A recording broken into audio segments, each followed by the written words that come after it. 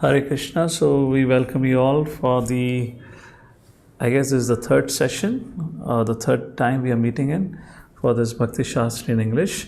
So we'll start our program, and today we would be able to cover text 1. So not text 2. If in case time permits, I'll give you the introduction of text 2 that way. Yes, so we are starting today from the text 1 of Īśopaniṣad. I believe I just had given you a very brief overview, if I'm correct. So we'll start our discussion for today. Text 1. Ishavasyam idam sarvam yat kincha jagatayam jagatena tyaktena bhunjita magradha kasya svidhanam. Translation. Anyone would like to read the translation? Everything animate or inanimate that is within the universe is controlled and owned by the Lord. One should therefore accept only those things necessary for himself, which are set aside as his quota. And one should not accept other things, knowing well to whom they belong. A very, very important thing. So two fundamental things are being discussed here. Isha Vasyam. Isha means Ishwar. Vasyam, Vas Karna, which means controller. Who controls? Who controls everything? Isha. What he controls? Idam. Idam refers to this. Sarvam, whatever you can see around, everything is controlled by the Isha. Yadakinchya jagatayam jagat. Whatever you know of, everything, animate, inanimate, Prabhupada makes both, animate, inanimate, everything is controlled by or under the jurisdiction of the Supreme Personality of Godhead. So we had discussed, I believe, I probably would have introduced the subject matter last time. This Upanishad, first of all, why it is considered very important is because, or why our acharyas have particularly chosen to give commentary on this. The reason is simple, because this establishes the Supreme Personality of Godhead without any ambiguity, without any contradiction. Because we talked about in our introduction to Vedas, there are 6 darshans, 6 systems of philosophy, which are more or less atheistic in their nature. They do not recognize or have an understanding of the absolute truth in that sense. But we consider them as part or subset of Vedic literature because they are based on the Vedic scriptures. Only difference is they are representing a particular realization of the absolute truth. So that way they are not wrong like that. So here, without any ambiguity, the subject matter is discussed, and this text, Īśopaniṣad, is named after this particular verse, the very first letter of this verse, Isha. So the text Īśopaniṣad very clearly tells us that it talks about Isha and his control and the difference between Isha and Jiva. They are not one and same. So that's a little introduction. Now the first point is Ishavasyam, he is the controller of everything. That's the first point. Second point which is being described here is understanding that he is the controller of everything, which means give up your controllership. Give up your controllership, proprietorship and enjoymentship, because you ain't the controller. Krishna is the independent controller and we are the dependent controller. Of course, Srila Prabhupada is not using the word Krishna right now, but among our discussion we can definitely talk about because there's a discussion happening between the devotees. And as I said, Prabhupada have written this book for all kind of readers. Even those who read Upanishads, they can get benefit from it. That's the reason Prabhupada have not upfront spoken about Krishna. So we all know who Isha is, Krishna. We all have been practicing, so that's the reason I'm using the word Krishna here. So knowing that there is a supreme controller and proprietor and enjoyer, we should give up our controllership, proprietorship attitude and mentality and learn to be happy with whatever is provided to us. Tena tyaktena bhunjita. Be assured, everyone in this world, including I, has been allotted a quota. What is a quota? We'll talk in today's discussion. And then we'll try to understand what is our quota. Have been allotted with our own quota. Magrada kasya svidhanam. Magrada means never. Kasya, in any situation, svidhanam. Look at someone else's property, wealth, possessions and become envious or develop a desire to acquire someone else's wealth. Never do so. And who can do it? Who can remain satisfied, content with what they have? I'm putting a meaning other way around. Only those who are God conscious. And let's add one more meaning to it, which means who can be truly happy? Only those, or let's say this way, who can give up greed. And if you are able to give up greed, you can definitely be happy. So it's more or less one the same thing as those who understand there is an absolute truth. He is a controller and proprietor of everything, and I'm just a temporary maintainer of the gifts that I have been provided, beginning with the body that I have, the mind, intelligence that I have, and then the related possessions that I have been given with in terms of my family members, in terms of material possessions. Then only person can remain happy and steady. So these are the key subject matter which we would be elaborating on it. So once again, the principle of proprietorship is established right in the text 1, wherein we need to understand two things. Prabhupada, I'll give you the summary of the purport now. So Prabhupada makes two points for both of these principles. One is the Ishavasa principle, and second is Kota. So Prabhupada talks about two things. The very first thing Prabhupada talks about in the purport about the Ishavasa principle is because he being the controller and proprietor, so we need to understand that everything in this nature is provided by the Lord. How do we understand? Simple fact. Without any of the material ingredients which are provided by the Lord, we cannot produce anything on our own. Yes or no? You may say, no, I don't depend on anything. You know, today's kids definitely have no idea from where the vegetable comes. If we ask where does the vegetable comes, probably the child would say, my mother gets it from DMart. My mother probably orders it on the mobile application and the delivery happens. So we as a grown-up, we know that is, the farmers grow in the agricultural land, but the farmer also cannot take the credits. For his crops, it depends on the seed. From where did the original seed came? That's the reason Krishna in Bhagavad-Gita says, Aham bija prataha pitaha. I am the seed-giving father of everyone. Bhagavad-Gita 10th chapter, verse number 2. Second thing, recognizing the authority of the Lord, human beings are meant to offer everything in the Lord's service for His satisfaction. That is the second objective or understanding that Prabhupada derives from the Ishavasa principle in the purport. Once again, understanding the superiority and the absolute nature and our dependency on the Supreme Lord for everything, all the positions that we have, all the gifts of the Lord that we have should be utilized in whose service? The Lord's service.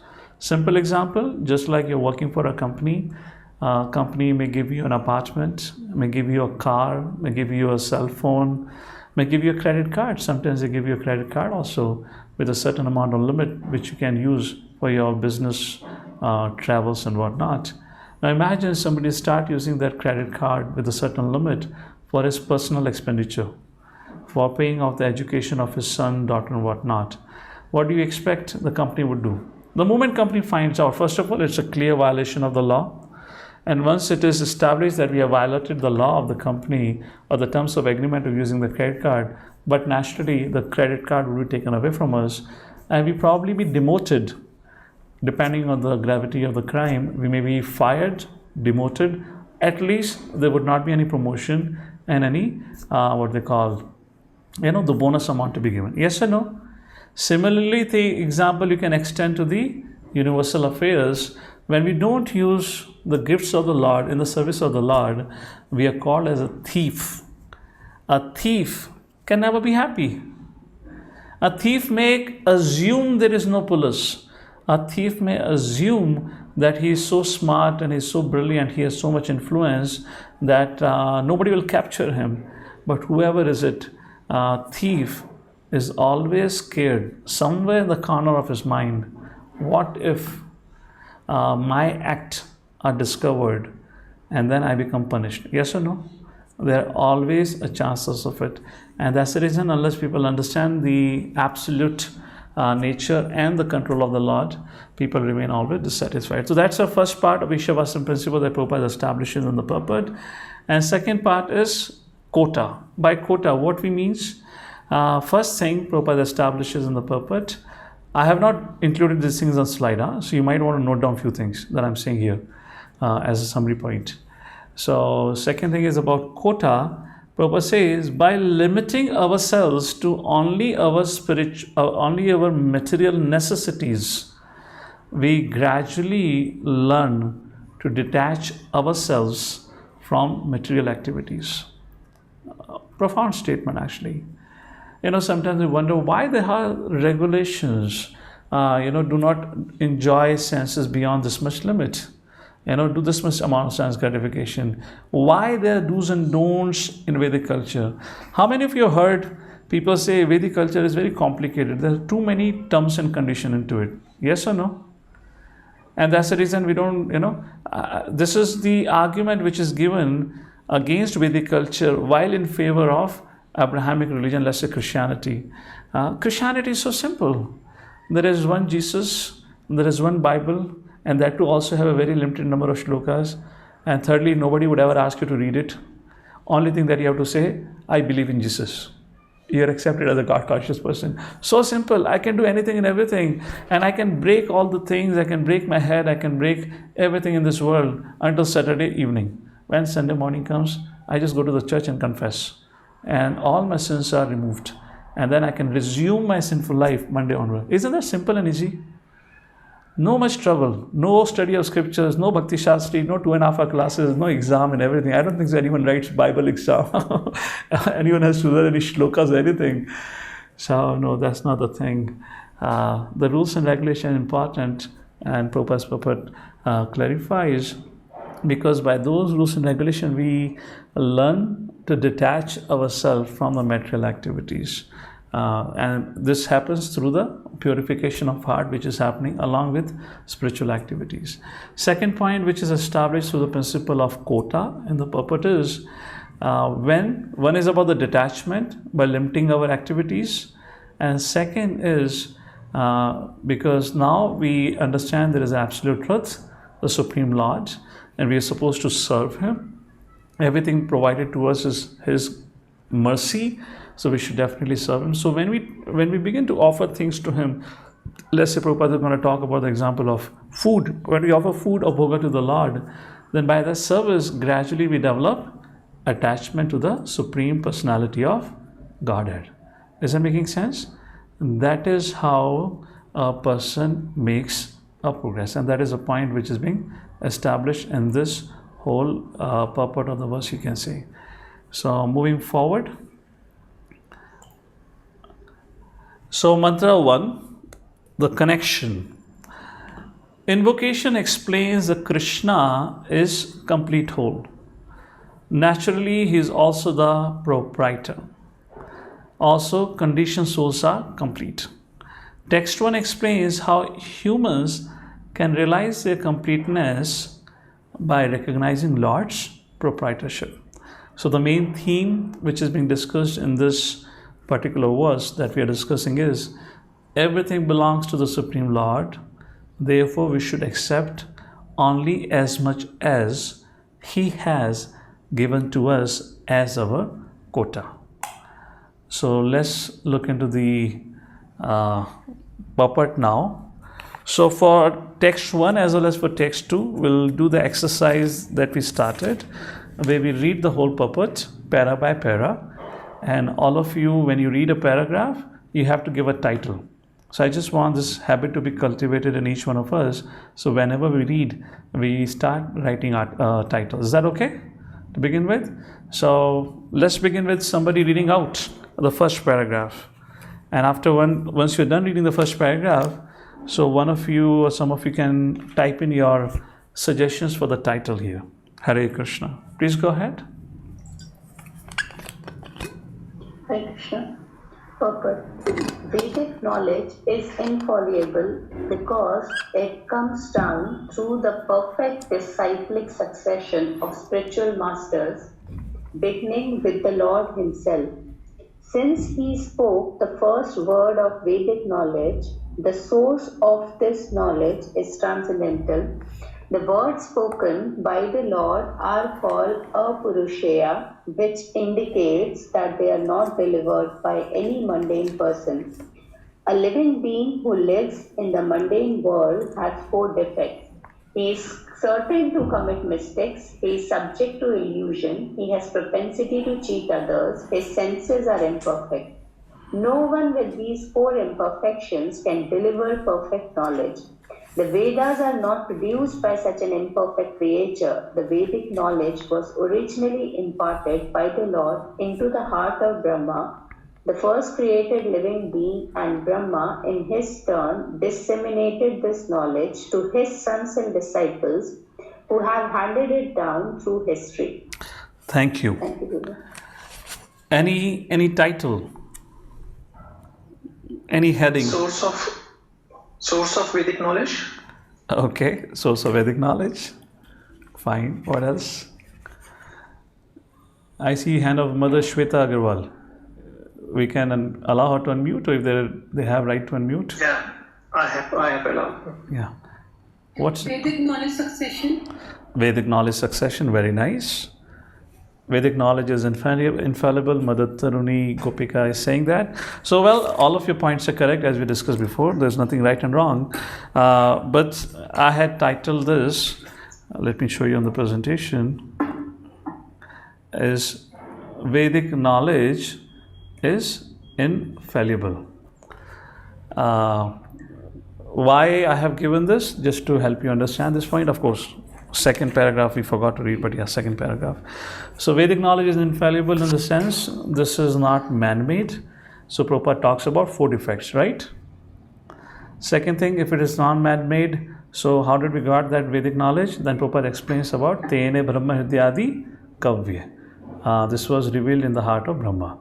So like that, Prabhupada established Vedic knowledge is infallible. In other words, authority of Shabda Praman is established.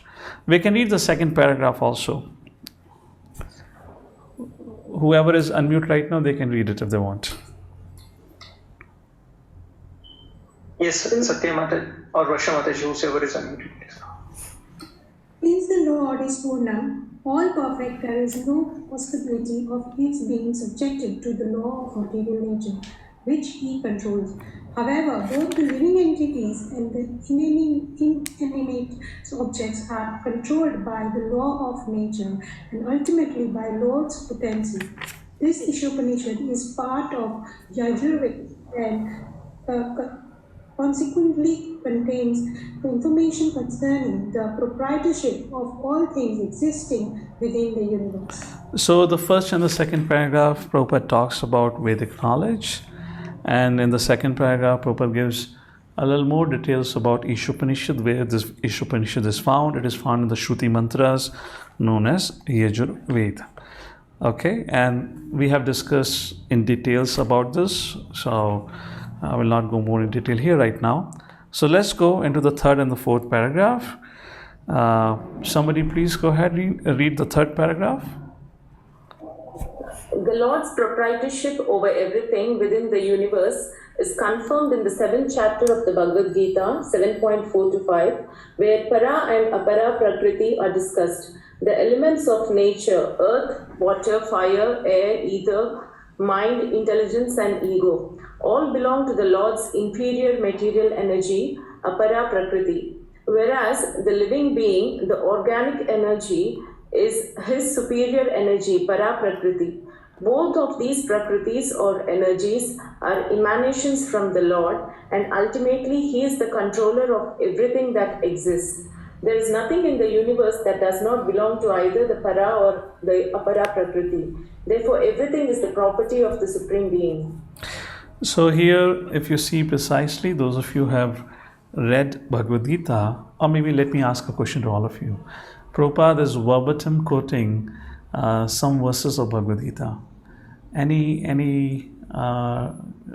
Anyone remembers? Or if not the verses, which section or the chapter number?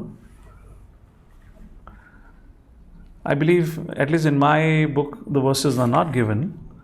So I believe it's not, yeah, para and apara prakriti. So, okay, you're giving the title. Okay, thank you. Any guesses which verses? So here precisely Bhagavad-Gita 7th chapter, verse number 4 and 5. Is it? Yeah. Bhumir apo nalo vayu. Yes. Bhumir apo nalo vayu kham mano buddhicha eva ahankara. Bhumir apo nalo vayu kham mano buddhireva cha ahankar ityante binna prakriti rashtrada. So that's what Srila Prabhupada is saying.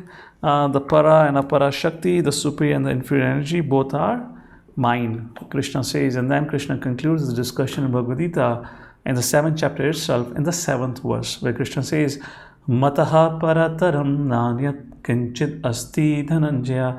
Hey Arjun, there is no truth superior than I. And Krishna gives a very beautiful analogy how this whole creation is being maintained. Arjuna, just like this pearl necklace is strung around a fine string which is not visible to the naked eye, but there is a fine string which is holding this pearl necklace. Of course, this is not a pearl necklace. Krishna gives an example of pearl necklace.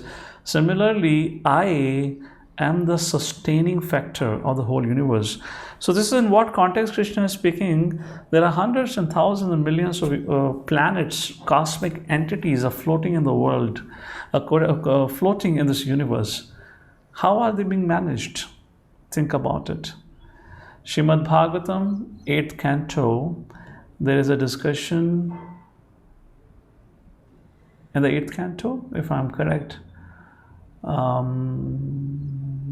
Okay, 8th canto, 8th canto actually has Samudra Manthan Leela. So I believe in one of the purpose, Srila Prabhupada mentions about this point of, all remember, first of all, does anyone know who were the first demons of our universe?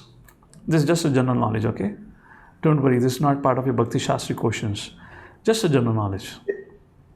Is it Hiranyakashipu and Hiranyaksha? Yes, Hiranyakashipu and Hiranyaksha.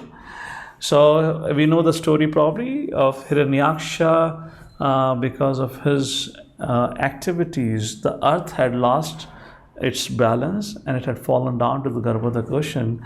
So there, in one of the purpose, Prabhupada explains that how at that point of time, Hiranyaksha, by over exploitation, which means by over digging of the planet Earth, the earth lost its balance, because of which it fell into the ocean. So Prabhupada there explains that how earth is managing the balance. We may not understand right now. And Prabhupada then elsewhere gives a very perfect example. The speed of the earth's rotation is almost how many times? 18 times of a short bullet or something, or 1800 km per hour, something is the speed. Yet none of us is experiencing even a fraction of that experience. Yes or no? We don't experience the vehicle on which we are sitting is rotating and revolving at such a great speed. So I'm just trying to bring or raise a point here is that which is mentioned here in this 3rd paragraph, that how does this cosmic entity been floating around with such a great revolution and rotational speed, and they're flying, they're floating. Prabhupada uses the word floating in the sky. How? And Krishna says here is because I am the cause for their sustenance, para and apara shakti. And like that, this is okay. Let's read the next paragraph also. Then point is, what I wanted to say is this: this 2 paragraphs precisely talks about Ishavasa Principle. So I thought I would reveal the title here because then I can build up the story ahead on it. So 3rd paragraph, already Krishna says, I am the controller of the both para and apara shakti. And the 4th paragraph also speaks further on it. So here is my question to all of you. Think about anything in this creation, anything in your life that you have received or attained or have got it, even the food or the water you drink or the air you breathe. Isn't that being provided by the Supreme Lord? So back in 1970s, when a very big cement factory owner had come to Srila Prabhupada, and he came and he began to say, I am, for an example, let's say his cement factory name was Kumar Cement Factory or something. So So he said, Swamiji, I am such a big corporate, or I have a big business, I have this and that and all that. Prabhupada immediately cut him off and he asked, from where do you get a cement? So he says, Swamiji, the cement is made in our factory. Prabhupada said, okay, but where do you get the raw material for it? He said, the raw material we get it from the mountains. So Prabhupada again asked, so where do you get the mountains from? He said, Swamiji, mountains are mountains. They are provided by the God. Then Prabhupada said, if the cement that you're producing are provided by the Lord, then why you call your company as Kumar Cement? You should call Krishna Cement Factory. Yes or no? Because proprietor is Krishna, but you are taking the credit for it. So just like another day, another time in Vrindavan, another businessman came to meet Prabhupada and he began to cry, oh Swamiji, I'm not able to sleep in the night, there's so much anxiety, I have so much business, yet it's so difficult to manage. And he went on blabbering whatever he had to say. Prabhupada said, oh, all right. So he said, Swamiji, please help me. Prabhupada said, yes, very simple, you have come to the right place. Can you, if you want relief from all your anxiety and stress, you can give me the keys of your factory, I will manage it and you can be peaceful. So that person never thought such kind of a response from Swamiji, and he really got shocked and he tried to change the conversation. Prabhupada kept on bringing him back to the point, Bhoktaram Yagana Tapasam Sarva Loka Maheshwaram, Bhagavad-Gita 5th chapter verse number 29. Unless we understand the proprietorship of the Lord, until then we remain dissatisfied. Sarvaloka Maheshwaram, what is that? Bhoktaram Yagna Tapasam Sarvaloka Maheshwaram Suhitam Sarva Bhutanam Jnanatvamam Shantim Rachati. Only such a person can attain to peace. Finally, the conversation ended. The person got up. And he was really trying to somehow run away from that place so Prabhupada doesn't catch him. And suddenly, Prabhupada was talking to somebody else. He stopped his talk. He looked at this businessman who was going out of the room, and Prabhupada called for his servant. He said, wait, let's say Pradyumna, hey, where is the gentleman is going? He has not yet given the key. Please go and collect his home address so we can go and get the key. So you can imagine with what speed he would have run out of the house. So Ishavasa Principle, if we a little bit reflect, despite of all the propaganda, all the desire to take a credit, what is the modern science is all about? I was in the field of science. I did research for a considerable amount of time, at least for a few years. There was only one thing: take a credit. Just prove it, whatever has been done in the nature, somehow you prove it and you take the credit.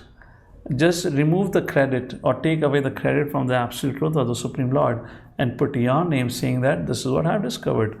Or this is what I have created, like that.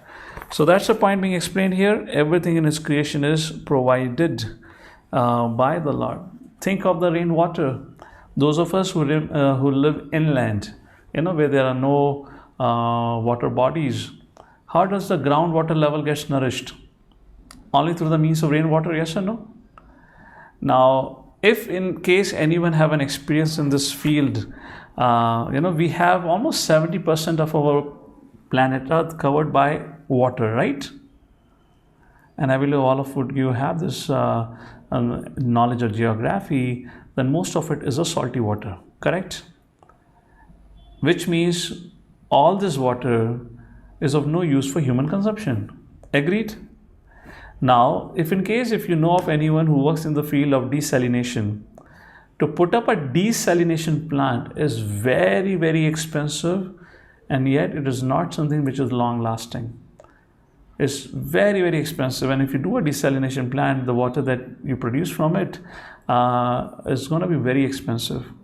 Now, the same desalination process has been put into the nature in the form of a rain cloud, right? The sunlight falls on the ocean, evaporates it, and that turns into the rain cloud, which comes right onto the city, and it rains. It's not that the rain cloud is created, all that is created on top of the ocean. It's not that it rains everything on the ocean. It can, if it was a random event, yet it comes onto the mainland, then it rains and provides water. We can see this kind of an absolute nature and the perfection in the creation or in the world that we live in. And it's all possible because of everything is being acting under the control of the Supreme Lord. That's the point here. Paragraph 4. Please read paragraph 4.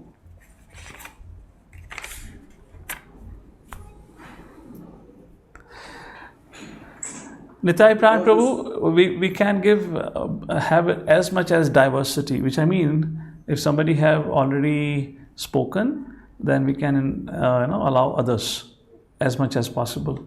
Yes. Because the Supreme Being, the absolute personality of Godhead, is the complete person, he has complete and perfect intelligence to adjust everything by means of his different potencies. The Supreme Being is often compared to a fire, and everything organic and inorganic is compared to the heat and light of that fire. Just as fire distributes energy in the form of heat and light, the Lord displays his energy in different ways.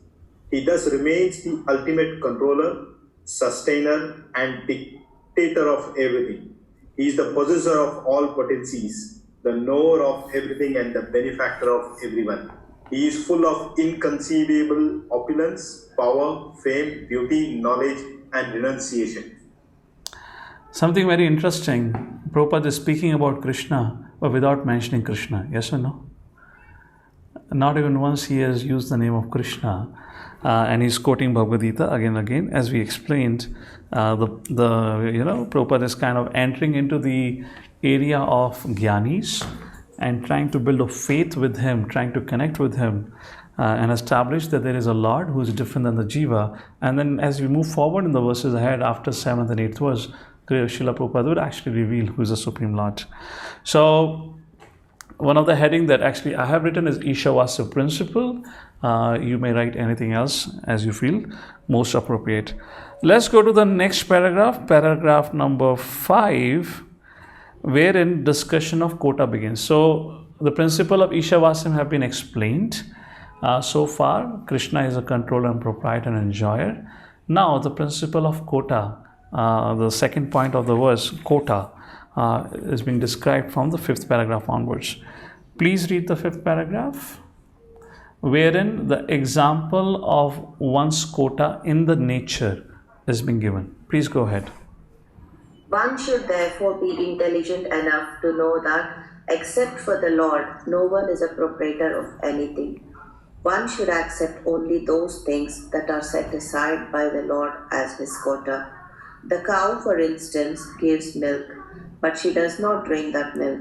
She eats grass and straw, and her milk is designated as food for human beings.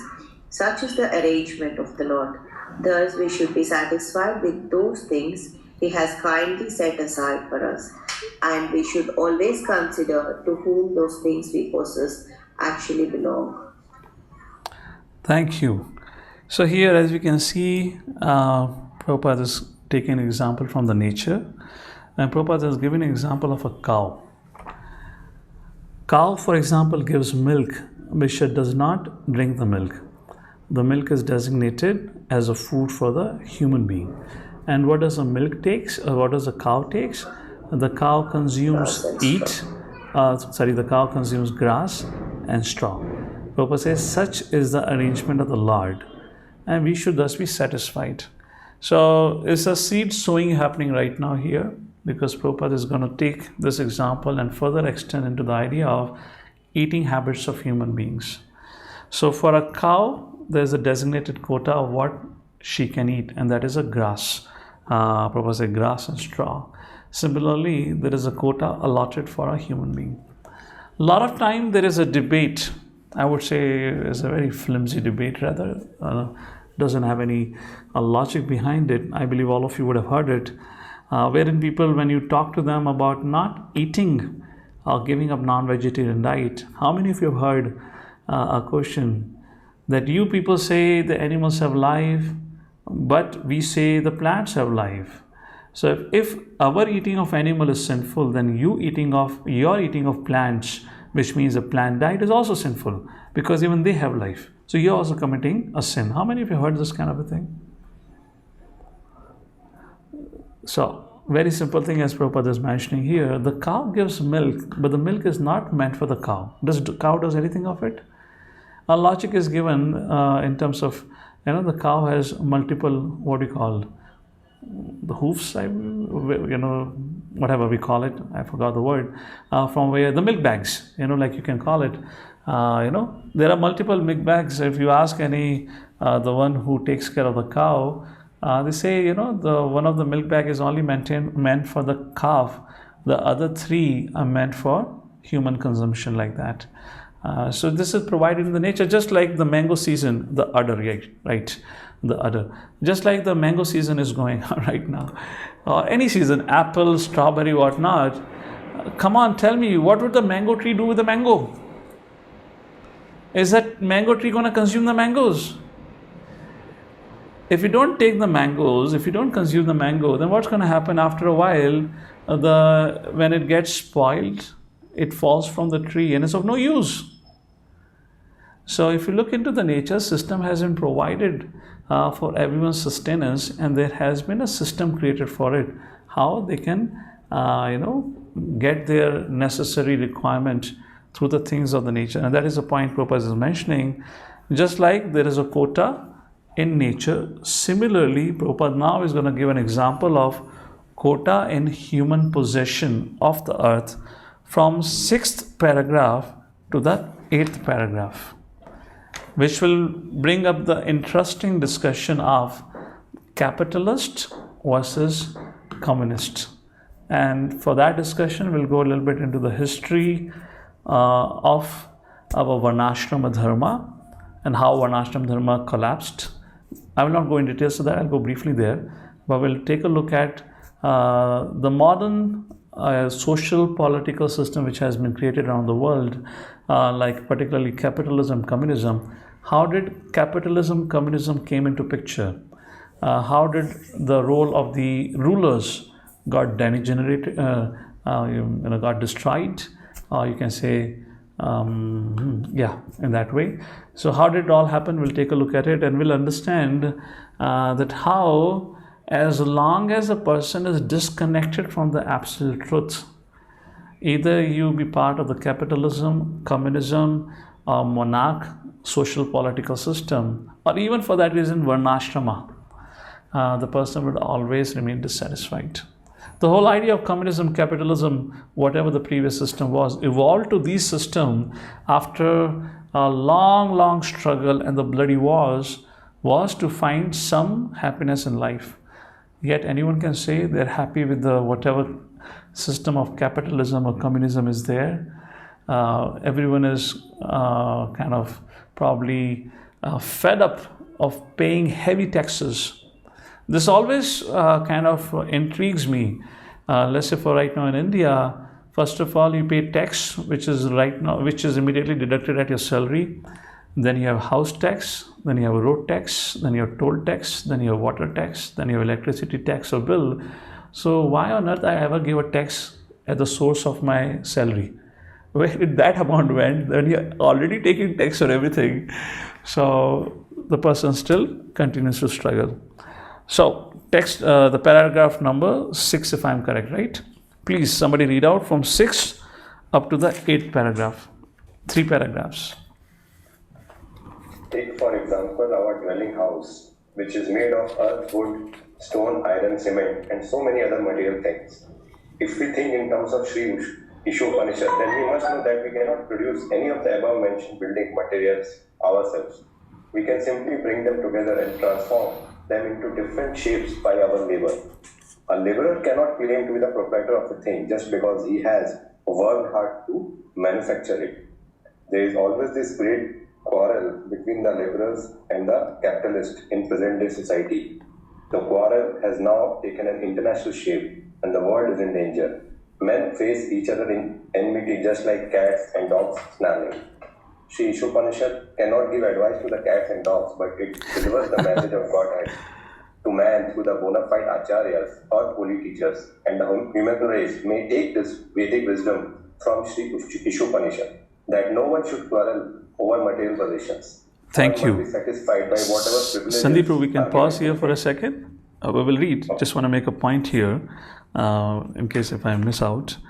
So in the previous paragraph, the point was made about construction of a building, for an instance. Even for that, where do we get all the raw material from? Prabhupada is making a point. So Prabhupada is saying that the superior energy, which means the spirit soul, utilizes the inferior energy, which means the matter, manipulates it and creates it. So this inferior energy, which it's manipulating it, is also not his energy, belonging to the Supreme Lord. However, we are given access to that energy here in this world because we came to this world with an intention and desire to become the Supreme Controller. So just like a classic example which is given, you might have seen if you have ever gone on a beach, you'll see kids love to do it. They'll take a wet sand and they'll try to make a castle, So they'll use whatever wet sand is there. So Prabhupada is trying to make a point. Similarly, in our short-lived life, we try to utilize the gifts of the Lord, create things that we want, and then we become so attached that we think it is ours. And just like on the ocean, when the wave comes, it takes away everything that had happened on the beach. Whatever has been constructed, it just washes it away. Similarly, in the Kala Rupa, when Krishna enters in the life of a living entity, then he forces that living entity to give up everything. And that's the time the person is forced to realize that I'm actually dependent. Although I lived my whole life considering I'm an independent personality, but at the face of death, which means the Kala Rupa manifestation, that time the person is forced to understand that I am actually indeed not the controller, but dependent. But unfortunately, that becomes too late. Second point in the second paragraph which is mentioned is about the conflict between laborers and capitalists. And other points given is about cats and dogs. How many of you seen, if you're walking on the roads, at least in India, you'll see, particularly in lockdown season, the population of dogs have increased a lot. There are dogs everywhere on the street right now. And if you are walking around, suddenly the dogs would begin to bark. Have you experienced that? And they're kind of giving an indication that you have entered into no man's zone, which means this doesn't belong to you. This is our property. Yes, have you seen that? And particularly where I'm here right now in Hinjawadi, a good amount of construction is going on, a lot of open areas here right now. Whole night, the different parties of dogs, they keep on barking at each other. They keep fighting whole night because probably one of the dog from one of the party accidentally entered into the area of other dogs. Something like that happens on the borders, other countries, yes or no? We keep on barking, we keep on fighting and shouting at each other for that. So just like, as a human being, let's say a dog for a second gets into an assumption that the main gate of your house belongs to him. And he might scream at other people who are coming there, bark at them. And then you take a stick and you chases away the dog. And the dog runs away from there. And then he comes to a realization that this place never belonged to me. Similarly, we come to this realization, as I said, when we are faced by death, then we are also chased by Yamaraj. Hat! Nikal yahan se. You have been too attached to this place thinking that this is, my abode. Many times people have their name outside their abodes or their palace, and we are forced to leave it. That is what we are talking about here. So Prabhupada is saying that animalistic nature, a propensity due to lack of spiritual knowledge have dawned onto the human consciousness where they are fighting for the possession which belongs to none of them. Just like as a human being, when you see the dogs barking on the street, do you laugh at them? How foolish creatures are they? They are barking as if it's their property. How many of you think that's foolish and probably have laughed at what dogs do? Yes or no? Be careful. The Devatas are laughing at us also when we do the same thing. When we get into this kind of a fighting for our possessions, that's what happens with them. They also look at us. Yes, I believe Sandeep was reading. Please go ahead.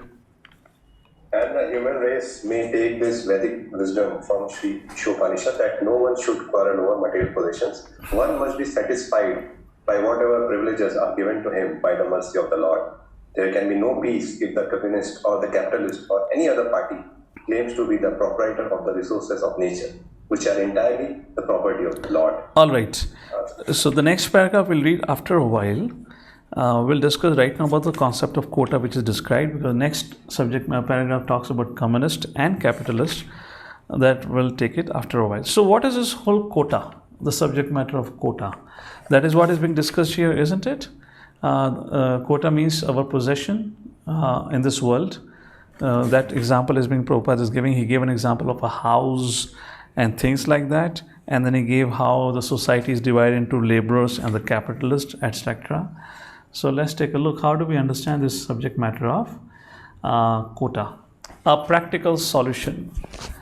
Do not try to enjoy beyond your quota allotted by the Supreme Lord. In essence, one should accept only his quota of. First, food. What food are we supposed to consume, or what is an allotted quota for us? A vegetarian diet. Lord Shri Krishna in 3rd chapter of Bhagavad-Gita makes it very clear. The human beings are actually meant to eat vegetarian food. And in that also Krishna says in 3rd chapter of Bhagavad-Gita, even that vegetarian food, when one consumes, that person incurs a sin. Does anyone know why Krishna says in the 3rd chapter of Bhagavad-Gita, if you take a vegetarian diet, you will still incur a sin? And what we need to do to avoid that sin? Anyone? All of you have to keep your hands down, because all of your hands are up. So we don't know if your hands are up for this question or for something else. So you can keep your hand down, and maybe it will help our Nitai Pran Prabhu to figure out. Okay, Harini Devi Dasi. Mother Harini is saying we need to offer it to the Lord first. Yeah, that is what Prabhupada explains. We should offer food as a sacrifice, because in 3rd chapter, in the verse number 10th onwards, up to the verse number 14 and 15, the subject matter of sacrifice is discussed. And in that context, Prabhupada said even food, everything that we do should be offered as a sacrifice, so that the higher powers are pleased. In context of devotion service, we offer everything to the Lord. That's the point. So food is, I guess presentation is not visible, right? Yeah. Hopefully it's visible now. So food should be vegetarian food, and that should be offered to the Lord. There is no question of non-vegetarian or unauthorized foods, etc. Not overeat. This will discussed in Nectar of Instruction, Atyahara, Priyashastra, like that subject. So what is our quota defined in the food that we have discussed? Property, what it means, not encroach upon others' property, knowing that everything belongs to the Lord. People really get into a serious fight. To give an example, one of our ISKCON temple, when it was under construction, they had purchased our land, and when some of the congregation got to know of it, some of the congregation were in the construction business. So they purchased the land around the temple for the purpose of building a society where devotees can purchase and live in. However, things became so ugly over a period of time that twice or thrice our temple management and the committee who was into the construction of the temple, they and this devotee, the builder, got into a conflict where once the builder, who was a devotee, he kind of broke down the wall of the temple on the pretext that we have extended our boundary. The next time they raised their wall, and this time the temple broke down the wall, saying that they have entered into our property like that. So this is a sensitive subject matter. So this is being described here. Be content and happy with what you have. Just do not enter or try to encroach upon others' property. Next is wealth. What is a quota for wealth? Which is earned by true means, and also a portion of it should be dedicated in the service of the Lord. We all are probably aware of the importance of charity. So if I ask you a question, I'll ask this question later on about Ishavasa Principle in practice for a brahmachari and grihastha. We'll ask the question later on. Work, what is a quota in work? That is not related to irreligious principles such as meat eating, gambling. In other words, our work should not be directly related to any of the industry that supports such kind of sinful acts. What is a quota of endeavor? Endeavor, the effort which we put in, should not be done based on greed or honor, but should be in the consciousness of service to the Lord, which means even to maintain our family members, we need to perform our professional duties. Then comes spouse, married as per religious principles and not having any extramarital affairs. Residence, which is God-centered, not too greedy to increase prestige by one's possession of huge house and big vast tract of lands. Position or post, remembering that it is offered by Lord, thus using it to serve others in the mood of a servant of Lord, and not indulging in politicking for increasing influence and power of followers for self-aggrandizement. And second last, domination, which is explained here as not indulging in sinful activities such as animal cleaning, abortion, etc., and sleeping. So these are some of the examples which are given, which are the aspect of our day-to-day life which we are engaged into, that how we should apply the principle of this quota. So last time when we were concluding our invocation, when I had just briefly introduced the verse of text 1 of Īśopaniṣad, I had given a definition of bhunjita. What does bhunjita means? It precisely means which is being sanctioned by Guru Sadhu Shastra. Whatever we do in the life, that should be aligned with Guru Sadhu Shastra. Is that making sense? So all the points which we have included here, we've just kind of divided. This is primarily was discussed by His Grace Radhesham Prabhu in one of his discussions. So I have just taken this point as it is from his discussion. The objective of discussion was just to help us understand how to apply the principle of quota. So the word bhunjita, which means quota, which means sanctioned. Sanctioned by whom? Has to be some authority, and that refers to Guru, Sadhu and Shastra. So sanctioned is not enough. It should also be sanctified. Now what is sanctified? Any sanctioned activity becomes sanctified when we use it in the service of the Lord. Is it making sense now? So what we have discussed right now is the sanction quota, but sanction is not being enough. It has to be sanctified also. And how does it become sanctified? When we utilize or when we use the sanctioned gifts or the sanctioned things in our life, utilize them in the service of the Lord, then it becomes sanctified. And if we do not follow this principle, then it only brings more and more suffering. The very first thing that happens is we accrue more sin, and as we accrue more sin, to that degree we suffer in our life, and that is the subject matter of quota. So with that, we come to the next subject matter now of the social political situation that Srila Prabhupada discusses, which we will discuss as a form of a brief history. Can anyone read out the next paragraph? Somebody who have not read so far? The capitalist cannot curb the communist. Hare Krishna. Hare Krishna, Prabhu. The capitalist cannot curb the communist simply by political maneuvering, nor can the communist defeat the capitalist simply by fighting for stolen bread. If they do not recognize the proprietorship of the Supreme Personality of Godhead, all the property they claim to be their own is stolen.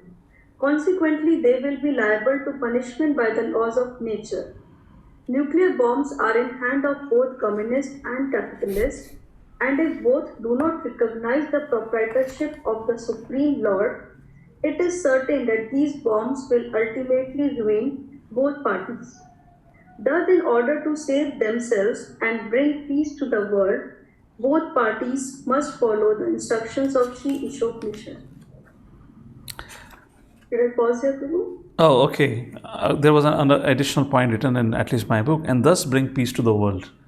So there are little editing done in Īśopaniṣad, just the polishing of language. So I believe this point might have been mentioned before. So actually I was waiting for you to read that. I thought that's there. Fine. So this is the discussion on quota, where now Prabhupada will talk about What is a human life all about? And then again, Prabhupada go back into the subject matter of quota in food, which we have already discussed here. And then Prabhupada will come to the conclusion. But before we go to the next part of our discussion, we'll pause here. If in case anyone has any question on the subject matter we have discussed so far, on the Ishavasa Principle, that how Krishna is the controller, proprietor of everything, and then on the principle of quota. And when we meet after a break, Nitai Pran Prabhu, am I correct? This is time for a break? Yes, Prabhu. Okay, it's supposed to be. Yeah. It's supposed to be at 1:15, right? Well, it's 8:45 here in UK, Prabhu. I'm not sure what's the time there. Okay, I believe we have decided after 1 hour 15 minutes we'll have a break. So before we break out, any questions? We can take 1 or 2 questions, and then when we come after a break, we can again have more questions, and we'll continue with our discussion. Hare Krishna. Well, I've got one question. Can we take it now or after the break? Well, we'll take 1 question at least. Okay, so in this very first para of this mantra 1, Prabhu, where we discuss about that Vedic knowledge is infallible, and it's been written over here that knowledge was first given to Brahma. But if we see, we have 4 paramparas. Yes, so how that knowledge been there? Because we've been continuously talking about the knowledge was first given to Brahma, and we know that the sampradaya to which we belong is being started from Brahmaji. So then how these other 3 which are there, how the knowledge was given to them then? See, when the scriptures talk about it, they don't only talk about the current kalpa. The kalpa refers to the day of Brahma. You know, at different times, just like Lord descends and different yuga, different times of the day of Brahma. You know, we have Yuga Avatar, we have Manvantara Avatar, like that. Similarly, to help the mankind, Lord Shri Krishna presents the same knowledge through different means. So just like Srila Prabhupada said, how do we understand the relationship between Sanatana Dharma and the various modern day religions, let's say Abrahamic traditions? Prabhupada said time, place and circumstances. Their goal is also to teach us about the love of Godhead, but their understanding is very limited. An example was given of a pocket dictionary versus Oxford Dictionary. But what was the object of introducing that pocket dictionary? Just because at that point of time, the people could understand that much. First thing. Second thing, at that point of time, in that particular part of the world, the Vedic knowledge was lost. So how do you reinstate it? So time and again, at different time, place and situation, the Vedic knowledge gets introduced.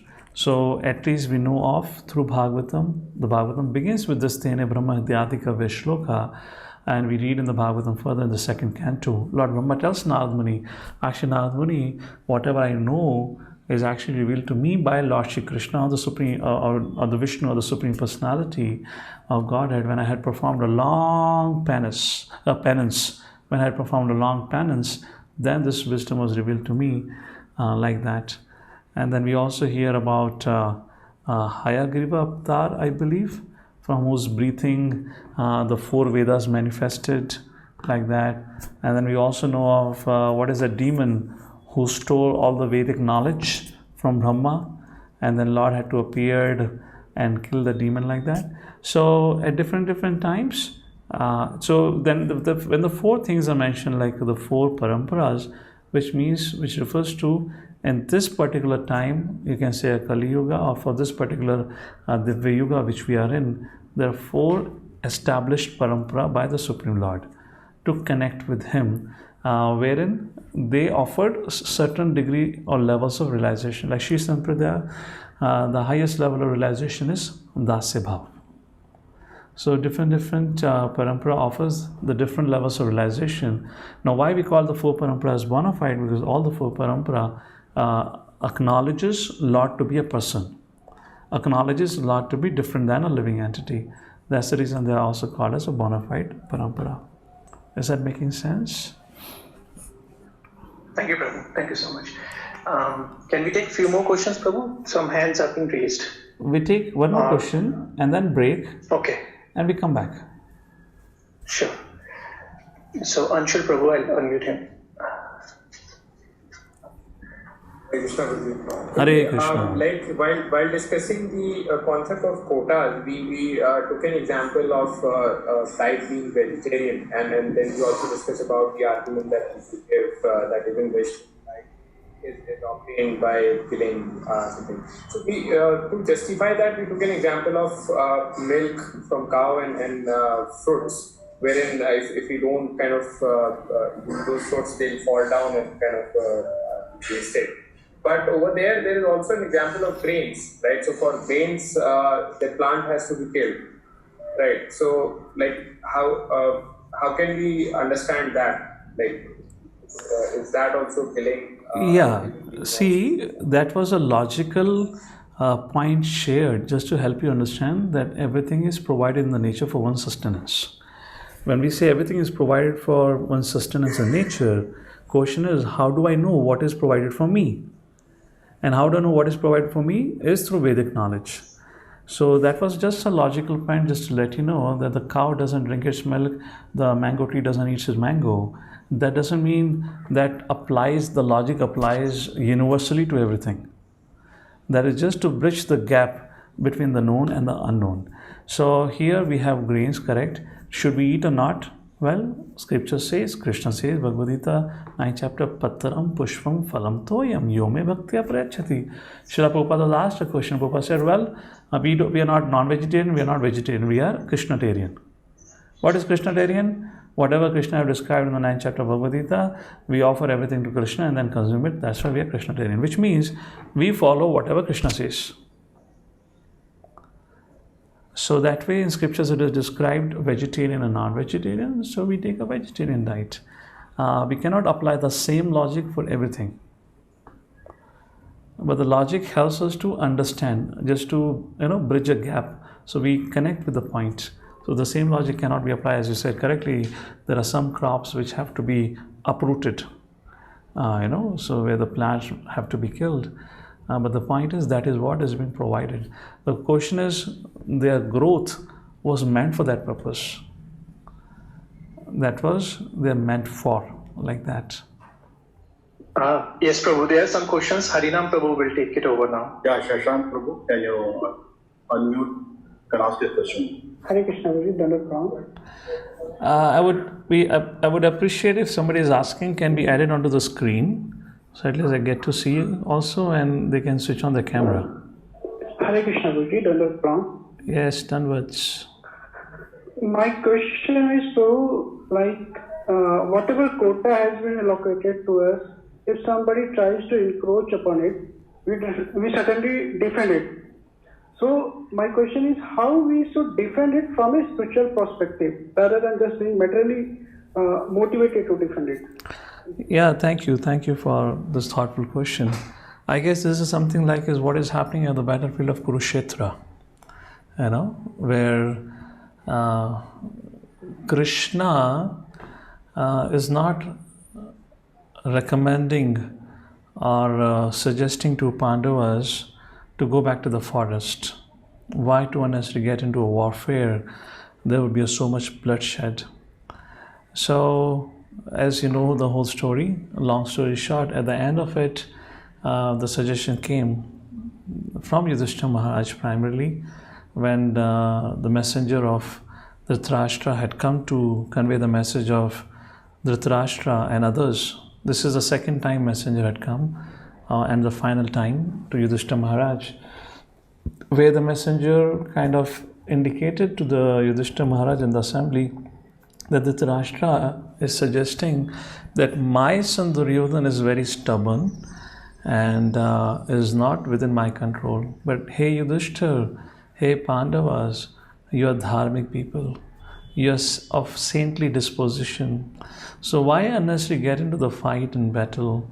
Let your younger brother continue to do what he is so attached to, and you all are comfortably living in the forest, so please go back to the forest. Now this was a big insult. This is not what, as a king, you are supposed to be impartial. You should defend the right of Yudhishthira. So Finally, all the Yudhishthira gives all the reasons that, and Dhritarashtra said, well, if you don't do so, unfortunately, Yudhishthira, you would be blamed for the war, because Duryodhana, nobody can explain Duryodhana. You are an intelligent person, you are mature, you are senior to him. You should understand, and you should let your younger brother do what he wants to do. So Yudhishthira really got agitated, and then he gave all the reasons why he cannot be blamed for the war. And finally he said, okay, just to make one final peace, this is one of the final attempt. Please go and communicate to your master Dhritarashtra that Yudhishthira is willing, even with 5 villages, so that all of us, 5 of us, we are of Kshatriya nature, we are administrators, and we need certain place to rule, to perform our Swadharma. Kindly give us that much. And as you know of, Duryodhana didn't agree to it, and then Lord Shri Krishna said, well, you have to fight for your right. So the battle of Kurukshetra was done on the spiritual principle, was not done for the greed of Yudhishthira Maharaj, which Lord Shri Krishna explained to Yudhishthira even at the post-war, when Yudhishthira took the whole blame of the death of everyone, and he said, I will not become the king. And Krishna said, no, you fought it for dharma. Similarly, in the past, in our country, we have lost battles where we have misunderstood dharma. So, to understand dharma is not an easy thing, as the question is, how do we understand it's on the basis of spiritual principle or not? It's not an easy thing, it's a tricky thing. And for that, it's best for our interest that we always work in guidance. I'll give you one example. Yudhishthira Maharaj was able to deal with this challenge because he had Krishna by his side. Arjuna was able to deal with that challenge because he had Krishna by his side. When Arjuna decided to quit, if it was not for Krishna, Arjuna would have thought the path of non-violence is better. I'll give you one example from the history of our India, where the battle was going on. I believe this was between Gori or after Gori, whoever had come post 12th century. So there is a battle going on. Or probably this is between Gori and Prithviraj Chauhan, maybe. No, not Prithviraj Chauhan, this is later on. So anyways, the scene is such, the Muslims, the Arabs who are attacking the Indian, and they are attacking in Rajasthan, the ruling state there, and these Muslims, Arabs, are far lesser in number, and they have been time and again defeated by our Indian counterpart. So these Muslims, they understood that this Indians, or the Rajput ruler, they have too much respect for mother cow. So if we want to defeat them, one way they made a strategy that we would keep cows in front of them. When we'll keep cows in front of us, the Muslims, then the Hindu rulers, because of their love and respect for cow, cannot attack cow. And because they cannot attack cow, they will not be shooting their weapon. And then we will shoot. Something like what happened in the war of Kurukshetra, when Bhishma told Arjuna to keep Shikhandi in front of him, right? And Bhishma Pitama was not shooting arrow. The same strategy was used by Muslim rulers.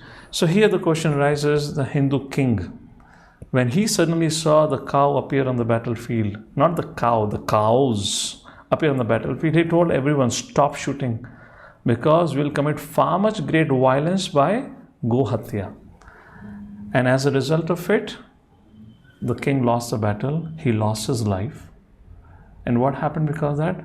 The cows were killed, because the Arabs began to rule. The cow slaughter continued, and all the destruction of our culture happened. So question arises, the king, did he follow his dharma? His decision of not to engage in the war at this point in time, was it according to spiritual principle? For one perspective, yes. It depends on, what is your level of understanding of spiritual principles. Those who are Gorakshak, they'll say, yes, Gohatya should not be done at any cost. Scripture says Gohatya is a serious offense, and now because of your shooting an arrow, the cows will be killed, you should never do it. But look at the conclusion of it. By not doing it, in that course of time, you might have killed hundreds and thousands of cows, but you have protected the future cows in the Vedic civilization, which got destroyed because of this inaction. So to understand, what spiritual principle should be applied at this point of time, it requires at personal self a lot of maturity, and is always better to work in consultation.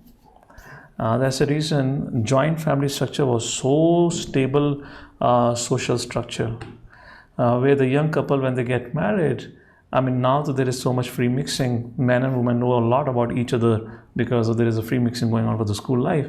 Earlier there was no. So you have a man with a male psychology, then you have a woman with a female psychology. They come and start living together. And it leads to a lot of, it's a period of transformation. When a person gets married, it's a phase of transformation for some time. Of course, the younger generation would not feel that because the gender mixing is too common today. But in those days, the elders would help resolve issues and will guide. The father would guide the man, the mother-in-law, the father and mother-in-law, which means because the girl has come to the house of the man now, the mother-in-law and her mother would guide the woman how to deal and how to move forward. So point is, the culture of consultation, guidance is, I would say, the highest spiritual principle that we should follow at all times. Unfortunately today, the biggest asset in our society earlier used to be elders. Unfortunately, in modern society, the same elders are considered burden. And they're pushed into the old age homes, or they're disregarded, disrespected. Their years of worldly experience, and imagine if they had been a spiritual practitioner, then the years of their spiritual realization, which have come from their spiritual practice, is not paid attention by the younger generation. So we cannot make decision on our own. We need guidance. And that is the story of Bharat Maharaj in Srimad Bhagavatam teaches us. Although very, very advanced in his spiritual life, yet because he was all alone in the forest, what happened? He lost it. He got distracted. So I would say one spiritual principle and the highest spiritual principle to be followed at all times is to have few relationships in our life with whom we can consult and make decisions, because we always need some people who are looking out of the box, out of our situation, so they can give us a detached understanding of how to deal with it. All right, Shashankji?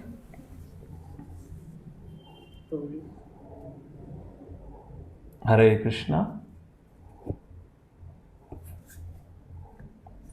Raghavendra Prabhu. Hare Krishna Prabhu. Yes. My question is, you mentioned about the 4 defects of the conditioned soul. The first paragraph, the mantra 1. So is it correct to say in this sequence actually, because it's a logical sequence, as Prabhupada approved it? I'll just quote the sequence. Because conditioned soul's senses are imperfect, he is subject to illusion. And because he is subject to illusion, he is certain to commit mistakes, and because he is certain to commit mistakes, he also has a propensity to cheat others. Is that the logical sequence? Is it okay to remember and quote it that way also? Logic has a purpose. As I said, logic, the idea of logic, the idea of analogy is to build a bridge between known and unknown. Okay. And if it serves a purpose for you, it's fantastic. Okay, there's nothing right or wrong about it. Okay. But it definitely helps you to remember, then it's fantastic. Okay? All right, okay. Hare Krishna. Thank you. Hare Krishna. Jyoti Mataji. Hare Krishna, Prabhuji. Yes, Madhu. Done words. Prabhuji, I wanted to understand how can we apply the Ishavasa Principle on, let's say, borrowing. Like, let's say somebody borrows money from us and shows no intent to return it. It could be close friends, it could be extended family. How do we approach such a thing, keeping the Ishavasa Principle in the center? Thank you. So my role is to show you the path so that you can discover many things that had been undiscovered for yourself before. And I would say this is one of the questions that was undiscovered for you, which you need to discover for yourself by the knowledge of this verse. So you have to explore and figure out how to apply it. All right. So it's a very, very specific question about the subject matter of borrowing. So I would need to understand more, but this is what it means. Now you have understood the Ishavasa principle, read it again and again, and make a sincere prayer to the Lord to give you that understanding. How do I understand the context of borrowing? And of course, when it is a very specific situation and the question is, should I do this or that? Then it makes more sense to discuss. All right, Mother? Hare Krishna. Hare Krishna. Yeah, we are done with the questions. Okay, just give me a quick second. This laptop is running low on battery. I'll be back. Recording in progress. All right, so I hope I'm audible and visible now. So let's go with our subject matter that we were discussing, where we ended on the subject of quota, and we were talking about a social political issue which is about to be discussed now. So after discussing on the subject matter of quota at personal level, now Srila Prabhupada is talking about, because we have not understood the concept of this quota and Ishavasyam, therefore our world, the social political situation, is in such a flux. One of the way to practice this text 1 is to follow Varnashrama Dharma. Varnashrama Dharma, which is based on the knowledge of the absolute truth. In that system, then every individual, according to their guna and karma, identifies their ashram, which means the spiritual order, and identifies their social order, which means the swadharma, which could be of a brahmana, kshatriya, vaishya, shudra, and according to that one performs his responsibilities and duties. Now, because the Varnashram Dharma have got corrupted, why Varnashram Dharma got corrupted?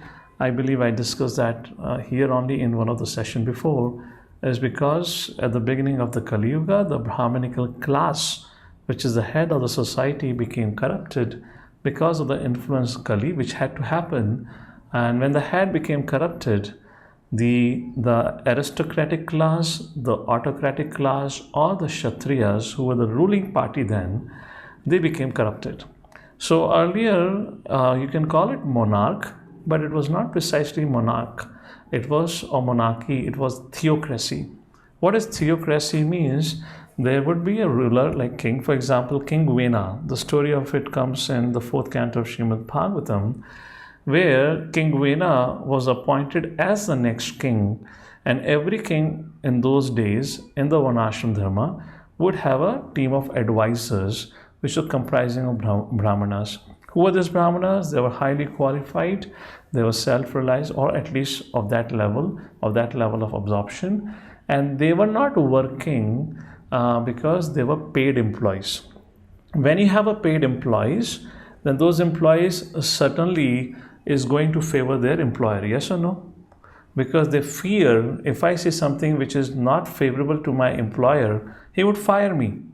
So this Brahmana Samaj would never take or accept salary, because then you cannot be a true Brahmana. A Brahmana is one who speaks the truth, and you cannot speak the truth if there are conditions around your speaking.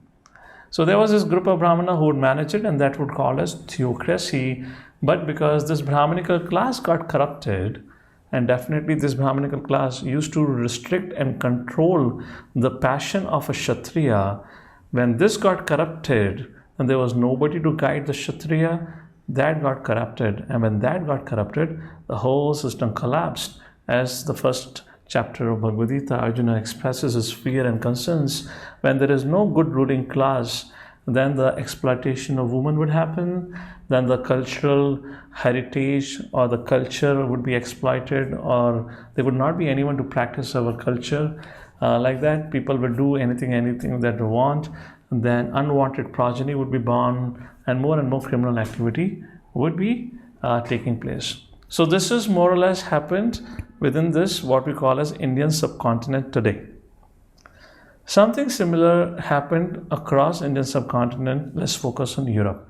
Of course, until the time of Mahabharata, everything was Bharat, and everywhere there was one Ashram Dharma. But because of such a large-scale war that happened in Mahabharata, most of the Kshatriya rulers were killed.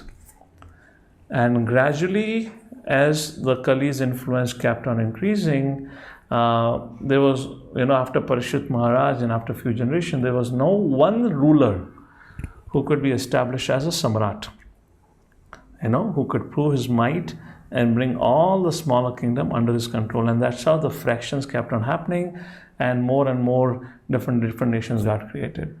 So back if you look at the European civilization, up to the 16th or 15th or 16th century, the one who were called as the exploited class, which means the Christians, in the beginning of their creation of Christianity faith, they were the exploited class. But after 2-3 centuries, they became the exploiter, as I believe discussed about how the jihad began in the 10th and the 11th century as a response to the knights, the knights order which was created in Europe to promulgate and to expand the faith of Christianity all over the world. So here, the church actually had a lot of influence on the country. The Pope was actually the king, in other words. Whatever decision the Pope would make was sealed to be final. But by the time the 16th and I believe 16th century came, then the Kshatriya class realized or noticed that of course we are engaged in sense gratification, we are Kshatriyas, probably we can do it. This is European Kshatriyas, I'm talking about the European administrators, not the Indians right now. So they noticed that this Pope and the people of the church, they are much more sinful than we are.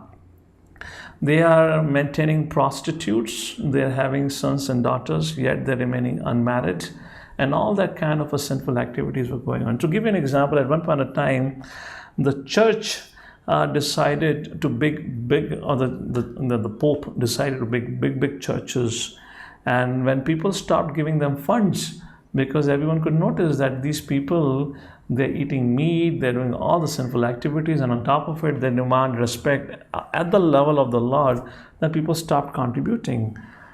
As I said, Brahmana is one who never charges anything, and they're supposed to represent a Brahmanical class. So what the church did at that point of time, they came up with a plan to raise funds. And what was a fundraising event that they created?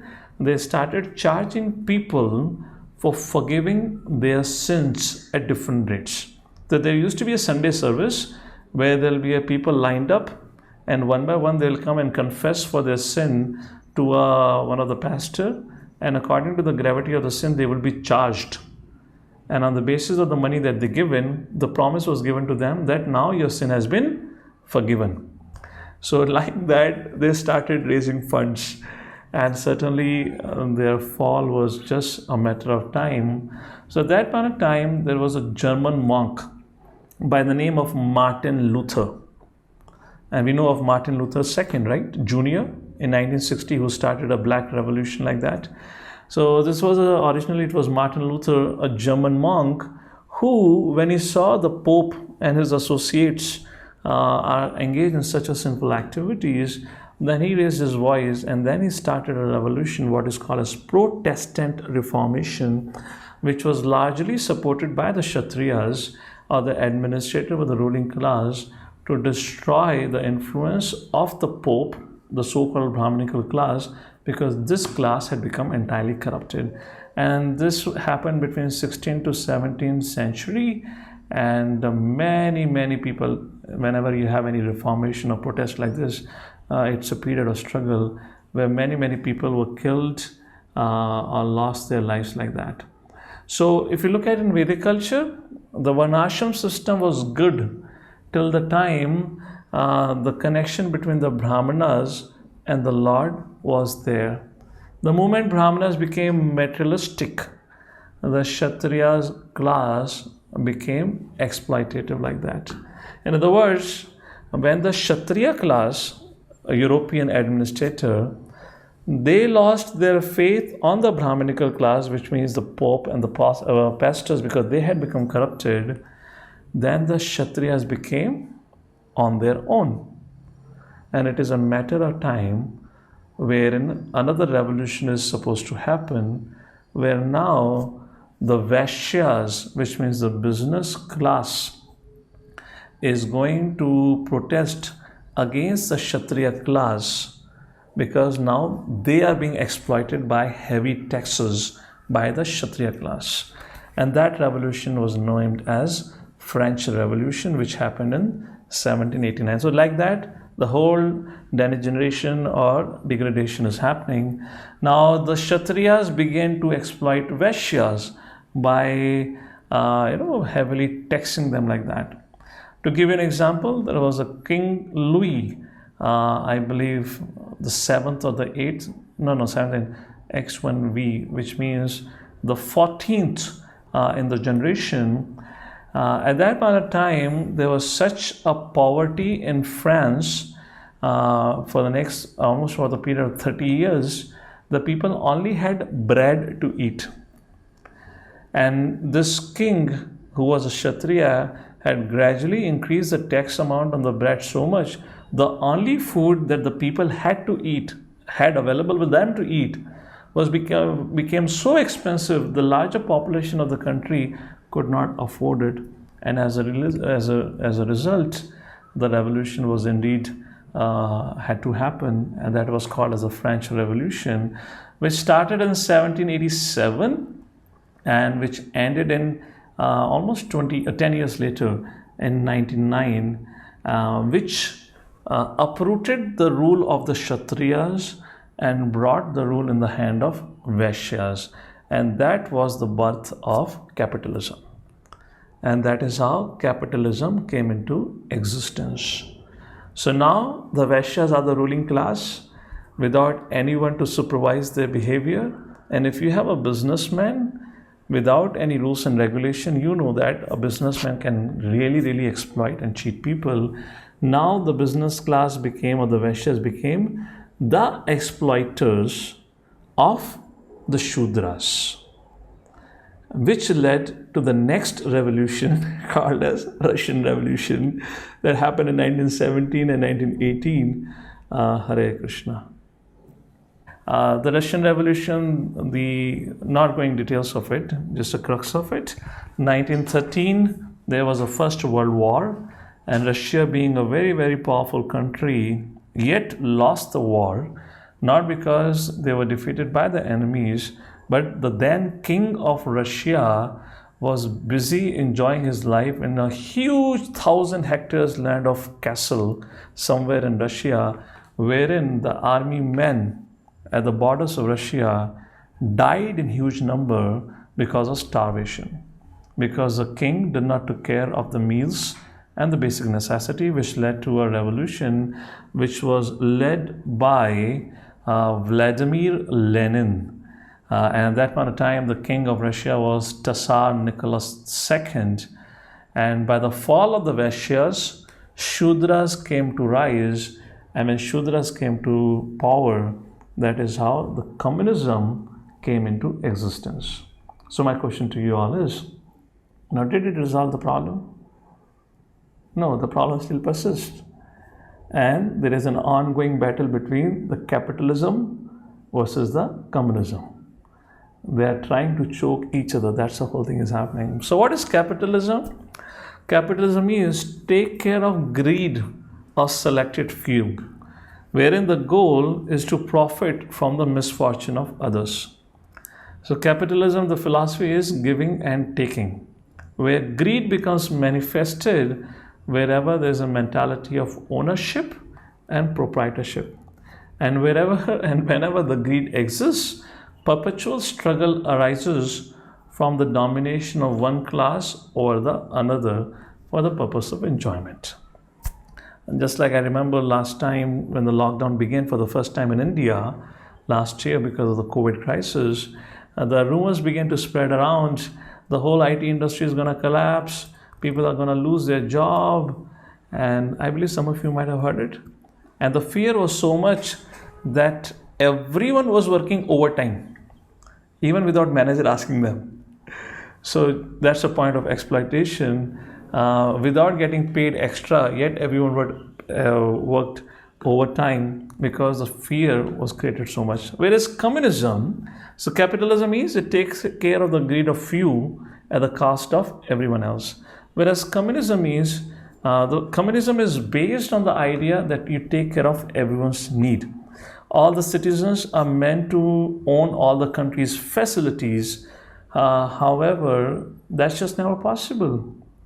This verse, Ishavasa Principle, teaches us that there is only Lord who controls everything. How can us be the controller and proprietor of everything that belongs in the world? That's the reason this communism also fails, because gradually the people on the top of the ladder of this whole communistic government, they become the whole decision maker and the rulers, and they decide what to do with the rest of the masses. Therefore, Prabhupada in the purport now emphasizes on the subject of spiritual communism. What is spiritual communism? Is a very important subject of Ishopanishad. Spiritual communism means where we understand everything belongs to the Supreme Lord. The concept of Vasudeva Kutumbakam, wherein, let's say, an example of a single family, mother, father, two sons, or maybe one daughter, like that, whatever is the combination. Now we know that this is my brother, this is my sister. Let's say there is a car. It's a family property, right? Which belongs to my father. But now the brother and the sister also takes care of the car. They are allowed to use the facility, but they take care of it, knowing it belongs to the father. Therefore, the brother and sister never fight with each other. And that is the principle of spiritual communism like this. I read out something from the manifesto of the Communist Party, which was written by Karl Marx in 1848. Something very interesting. He said the perfection of communism means a classless society, no Brahmana, Kshatriya, Vaishya, Shudra, in which everyone is guided by the dictum from each according to his ability to each according to his needs, which means they're bringing the intelligent people and the fools on the same level. And what was the result of it? Now, if you're intelligent, yet you are treated on the same level as the fools, which means a person is bound to become lazy. Why? Because those who are lazy by default are being provided the same benefits as those who are working hard. Then question would obviously be raised, na, why should I work hard? So this whole culture of communism actually creates a very vague understanding of equality, and it suppresses talents by this artificial equality. So when this philosophy is implemented, what usually happens is that a certain allied groups controls the key resources, while its members pay lip service to caring for everyone. Government by this group results in an oligarchic government whereby the elite elects a leader from amongst itself. In a communistic government, there is no right to vote. It is the administration only that votes, and they select a person from among themselves. So, give you another example. We are talking about how this is so detrimental not to understand the absolute control of the Supreme Lord. So, we're talking about the social political order. Let's talk about a science now. Let's take a case of a space mission. Imagine you're part of a space mission, you have been trained up for it, now you are flying in the space, wherein you can be rest assured the government, the mission staff would have provided sufficient for your needs for the duration of your space mission, right? All the food that you need for your duration of the space mission would have been provided by the managers of this organization and whatnot. But just imagine the havoc would result if one of the crew member began using up your supplies. Yes or no? Or let's say one of the crew member began using supplies of other crew members, what a havoc would happen. Because you're right up in the space, you're totally dependent on the limited supply which is allocated for you. And now somebody else is usurping that supply and utilizing it. No wonder it is going to lead to chaos. And that is the point Shri Krishna is the Ishopanishad was making. Recognize your quota and stay within the limit. If you cross beyond your quota, it is undoubtedly going to lead to crisis. And imagine what further crisis can happen, wherein now every crew member is competing with each other to take onto the supply of other person. If that would have the situation to arise at that point of time, then all the crew members certainly would forget their mission for which they have been sent into the space. Now they would dedicate all their time and energy to fight over the spacecraft's resources. Yes or no? And this is a true picture or accurate picture of what is going on in the world today. In the world today where we are in, all our energy is wasted or invested into just to accumulate on the basis of competition to others, or this is what we call as a rat race and whatnot. And along with that, we are filled with so much fear. If you don't work hard and if you don't act competitive, you will lose out on your resources. There is so much fear mongering happens on the quality of the air, the quality of the water, the food scarcity and whatnot. To give an example, there was a research done by some scientists in America, and they said because the milk supply is becoming more and more limited, maybe in 1 century or 2 centuries from now, we may not be able to have milk because the quality of milk or the amount of milk produced by the cows is becoming more and more less. So they began to find an alternative source of milk, and they did the research. Anyone heard of the study? And they found out to supplement and to provide milk for human being. They did a research and they found out in future we can do that through cockroach milk. Looks like Mother Cockroach also produces milk. So Hare Krishna, your future generations living in this world may be consuming and drinking a cockroach milk. And that is where the scientist is taking you in the future, like that. So this is an example of the true picture of the world today, where we have actually forgotten, we have lost sight of the real purpose or the real life's mission for which we are here. We are here not to find a permanent accommodation. We are here to perform our responsibilities, keeping our goal and vision very clear, to go beyond this material world, to go back to Godhead, which can never happen as long as person is troubled with the needs for roti, kapda and makan. As long as these three things keeps on troubling you, how can you remain focused or attentive to the real goal of life? And that is the whole situation of the world today. So let's move forward and let's go back to the purport now. Human life. Can we have somebody else read out? Human beings are not meant for quarreling like cats and dogs. Prabhupada talks about now the goal of human form of life. Please go ahead. Human beings are not meant for quarreling like cats and dogs. They must be intelligent enough to realize the importance of human life and to realize the aim of human life. The Vedic literature is meant for humanity and not for cats and dogs. Cats and dogs can kill other animals for food, and for that there is no question of sin on their part. But if a man kills an animal for the satisfaction of his uncontrolled taste buds, he is responsible for breaking the laws of nature, and therefore he must be punished. Yes, so human life is not meant to live like an animal, is what Prabhupada is saying. So what we are supposed to do, Prabhupada explains in the next paragraph. Somebody else can read it. The standard of life for human beings cannot be applied to animals. The tiger does not eat rice and wheat or drink cow's milk because he has been given food in the shape of animal flesh. Among the many animals and birds, some are vegetarians and others are carnivorous, but none of them transgress the laws of nature, which have been ordained by the will of the Lord. Animals, birds, reptiles, and other lower life forms strictly adhere to the laws of nature. Therefore, there is no question of sin for them, nor are the Vedic instructions meant for them. Human life alone is a life of responsibility. So animals act on instinct. There is a stimuli and there's immediate response to it. They are not provided with the facility to make a decision. The experience of a free will is almost close to nil in a lower species of life. However, in a human form of life, we have the maximum opportunity to exercise our free will by utilizing the freedom or you can say the space between the stimuli and the response.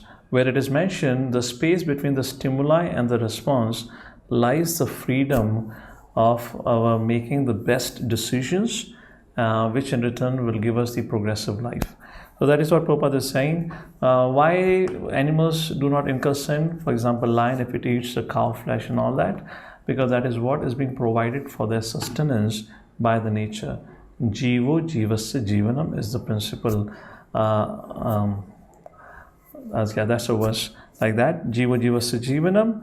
But for human life is a life of responsibility, like that.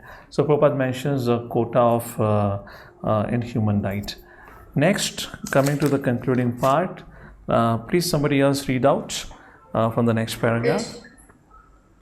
It is wrong, however, to think that simply by becoming a vegetarian, one can avoid transgressing the laws of nature.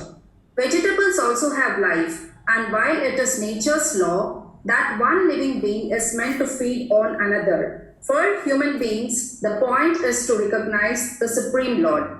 Thus, one should not be proud of being a strict vegetarian. Animals do not have developed consciousness by which to recognize the Lord. But a human being is sufficiently intelligent to take lessons from the Vedic literature and thereby know how the laws of nature are working and derive profit out of such knowledge. If a man neglects the instructions of the Vedic literature, his life becomes very risky. A human being is therefore required to recognize the authority of the Supreme Lord and become his devotee. He must offer everything for the Lord's service and partake only of the remnants of food offered to the Lord.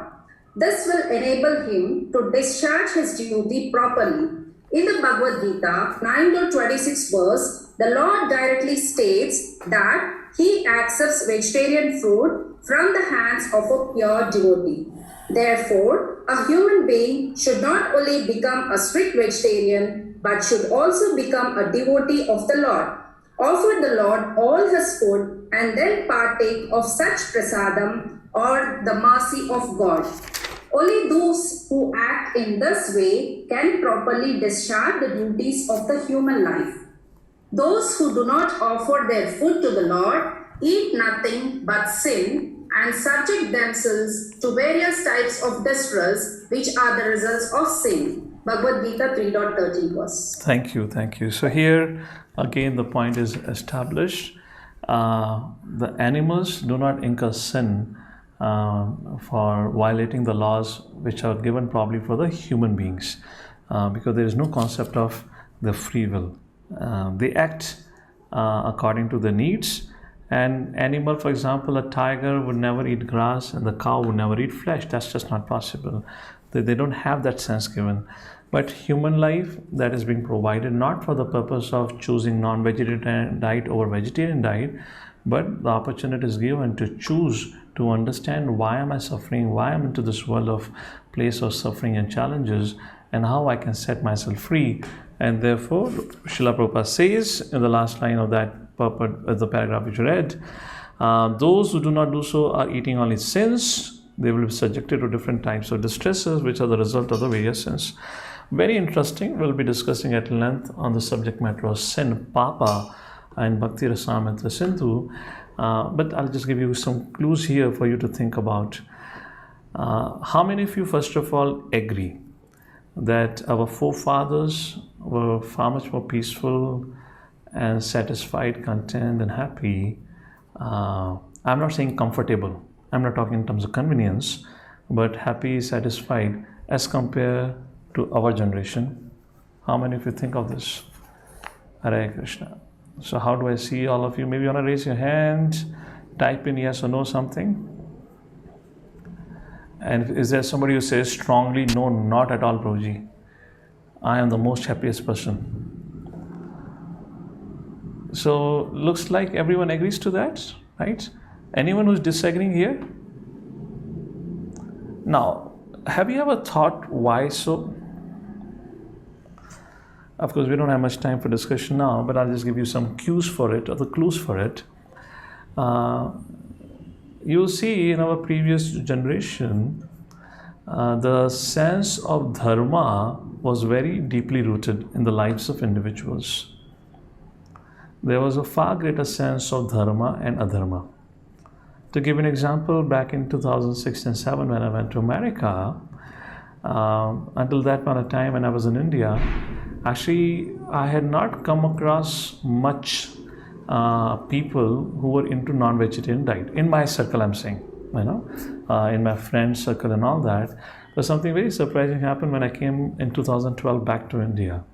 When I came, in this 5 to 6 years, there was such a drastic change that I saw almost literally the people who I knew before who were not eating non-vegetarian diet were eating non-vegetarian diet. I'm not talking back in America, I'm talking back in India. And of course, those who went to America, they didn't wait for 5 years to transform. Within the next 1 or 2 years, they started consuming alcohol, they started taking a non-vegetarian diet and whatnot.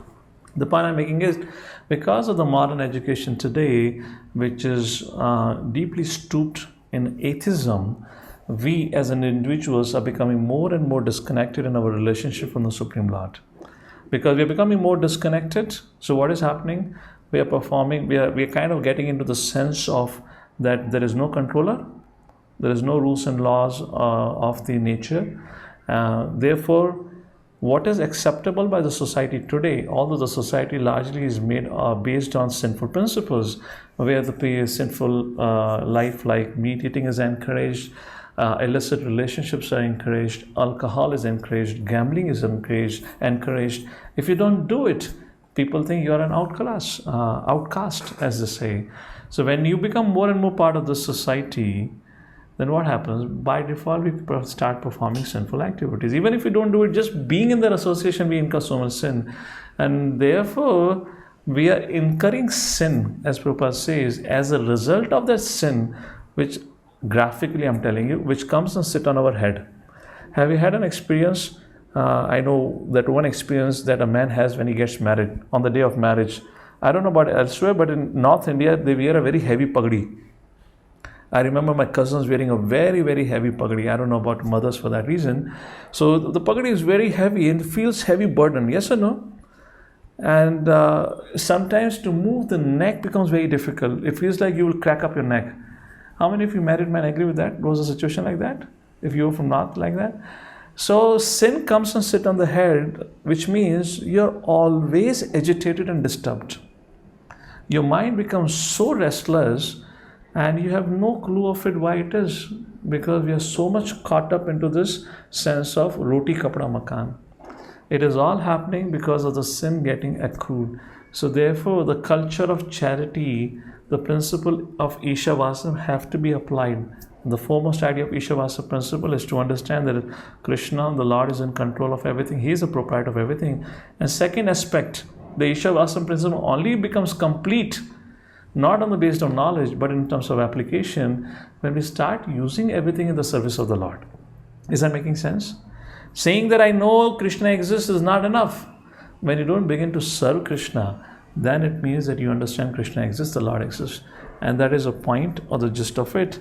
And coming to the final paragraph on this particular subject matter is extended further, where Prabhupada says we should live according to Ishavasa Principle.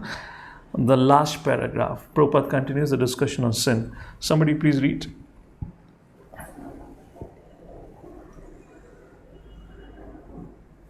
Hare Krishna. Yeah.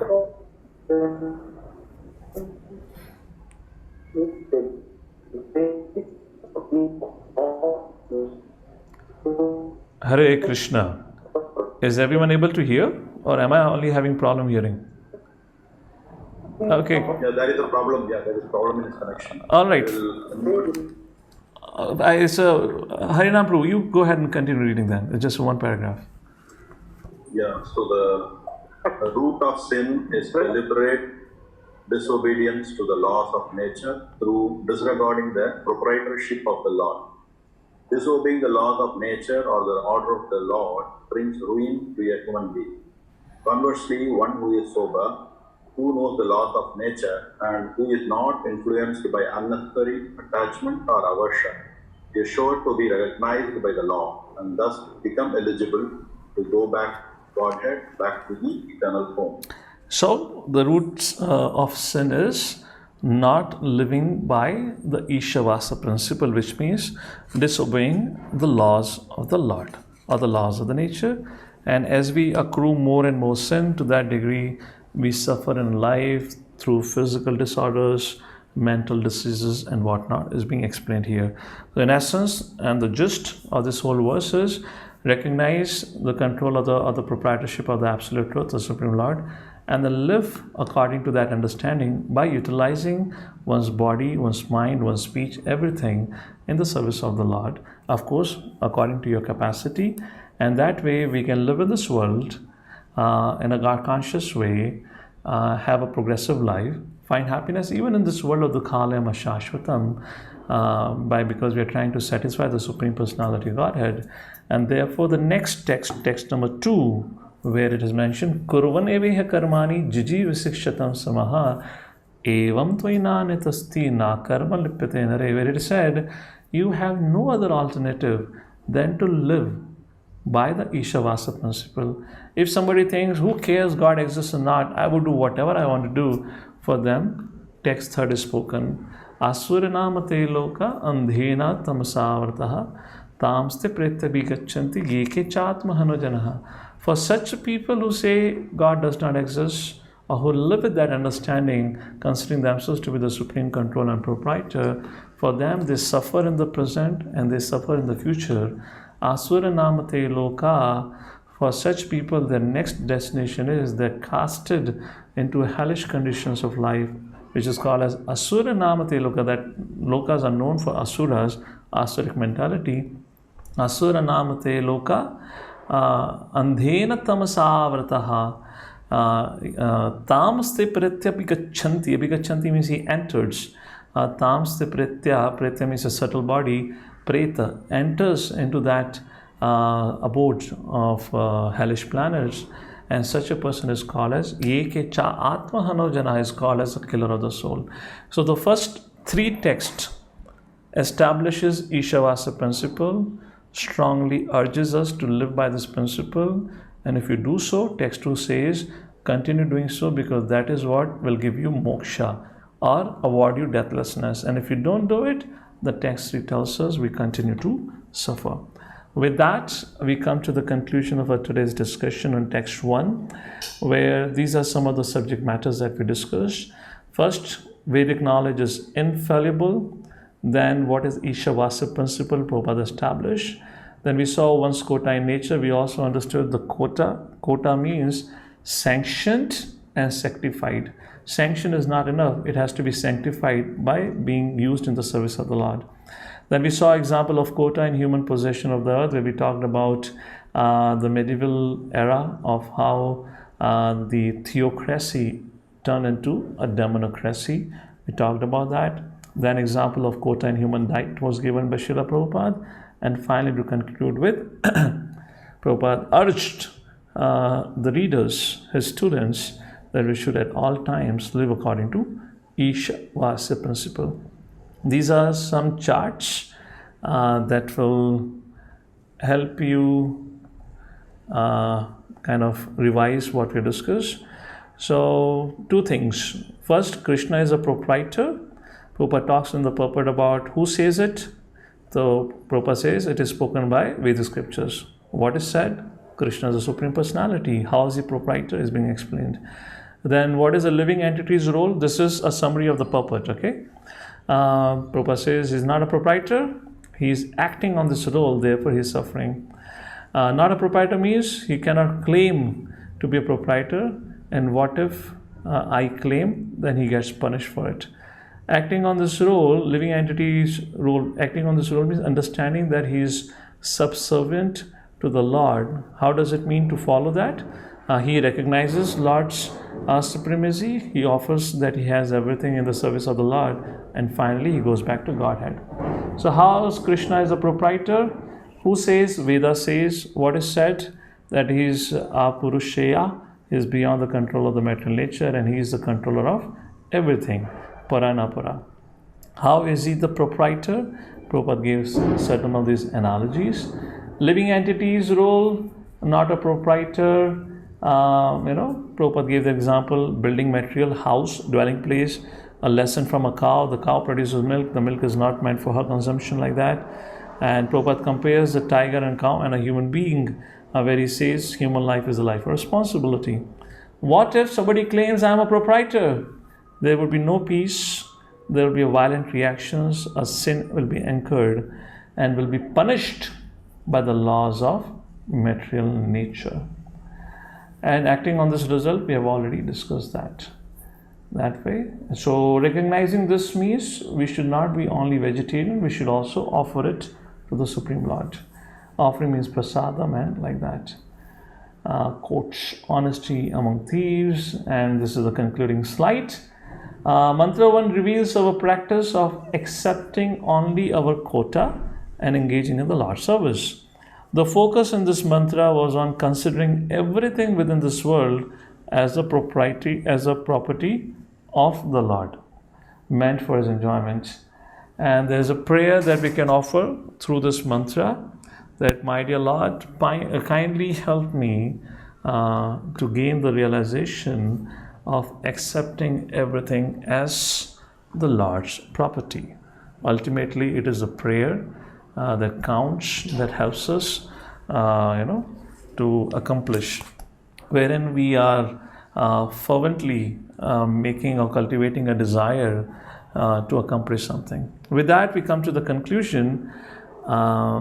I have some questions for all of you, because you all asked me a lot of questions, so I thought, why don't I ask a question? There should be a mutual exchange of questions and answers. So with that as a little background, let's have a quick question answer here.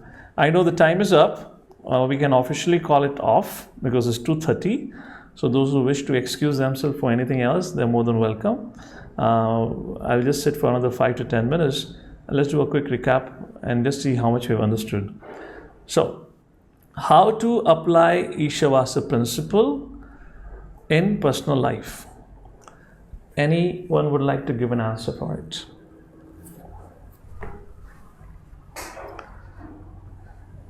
How can you apply the Ishavasa Principle in personal life?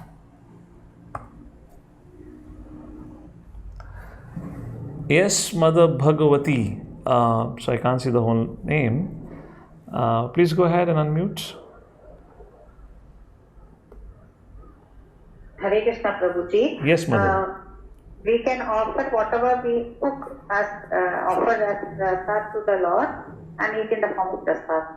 Okay. And we discussed. So the offering following the co-regulative principle? Yes. And we, even the place where we dwell, our house also, we have to think that it is the house of the Lord. And we are his humble servants and we are staying in his house. Okay. So this is part of your open book assignment, okay? So this is what I believe one of your open book question, which you have to write an essay. So just having a quick brainstorming on it is a very important question. Thank you, Mother. You can build up on the subject matter when we had given the sheet, food, your occupation, accommodation, everything like that. Let's add to it now, where that is for personal life. But what about in context of ISKCON? How can you apply the principle of Isavasyam in context of ISKCON? Any thoughts onto it now?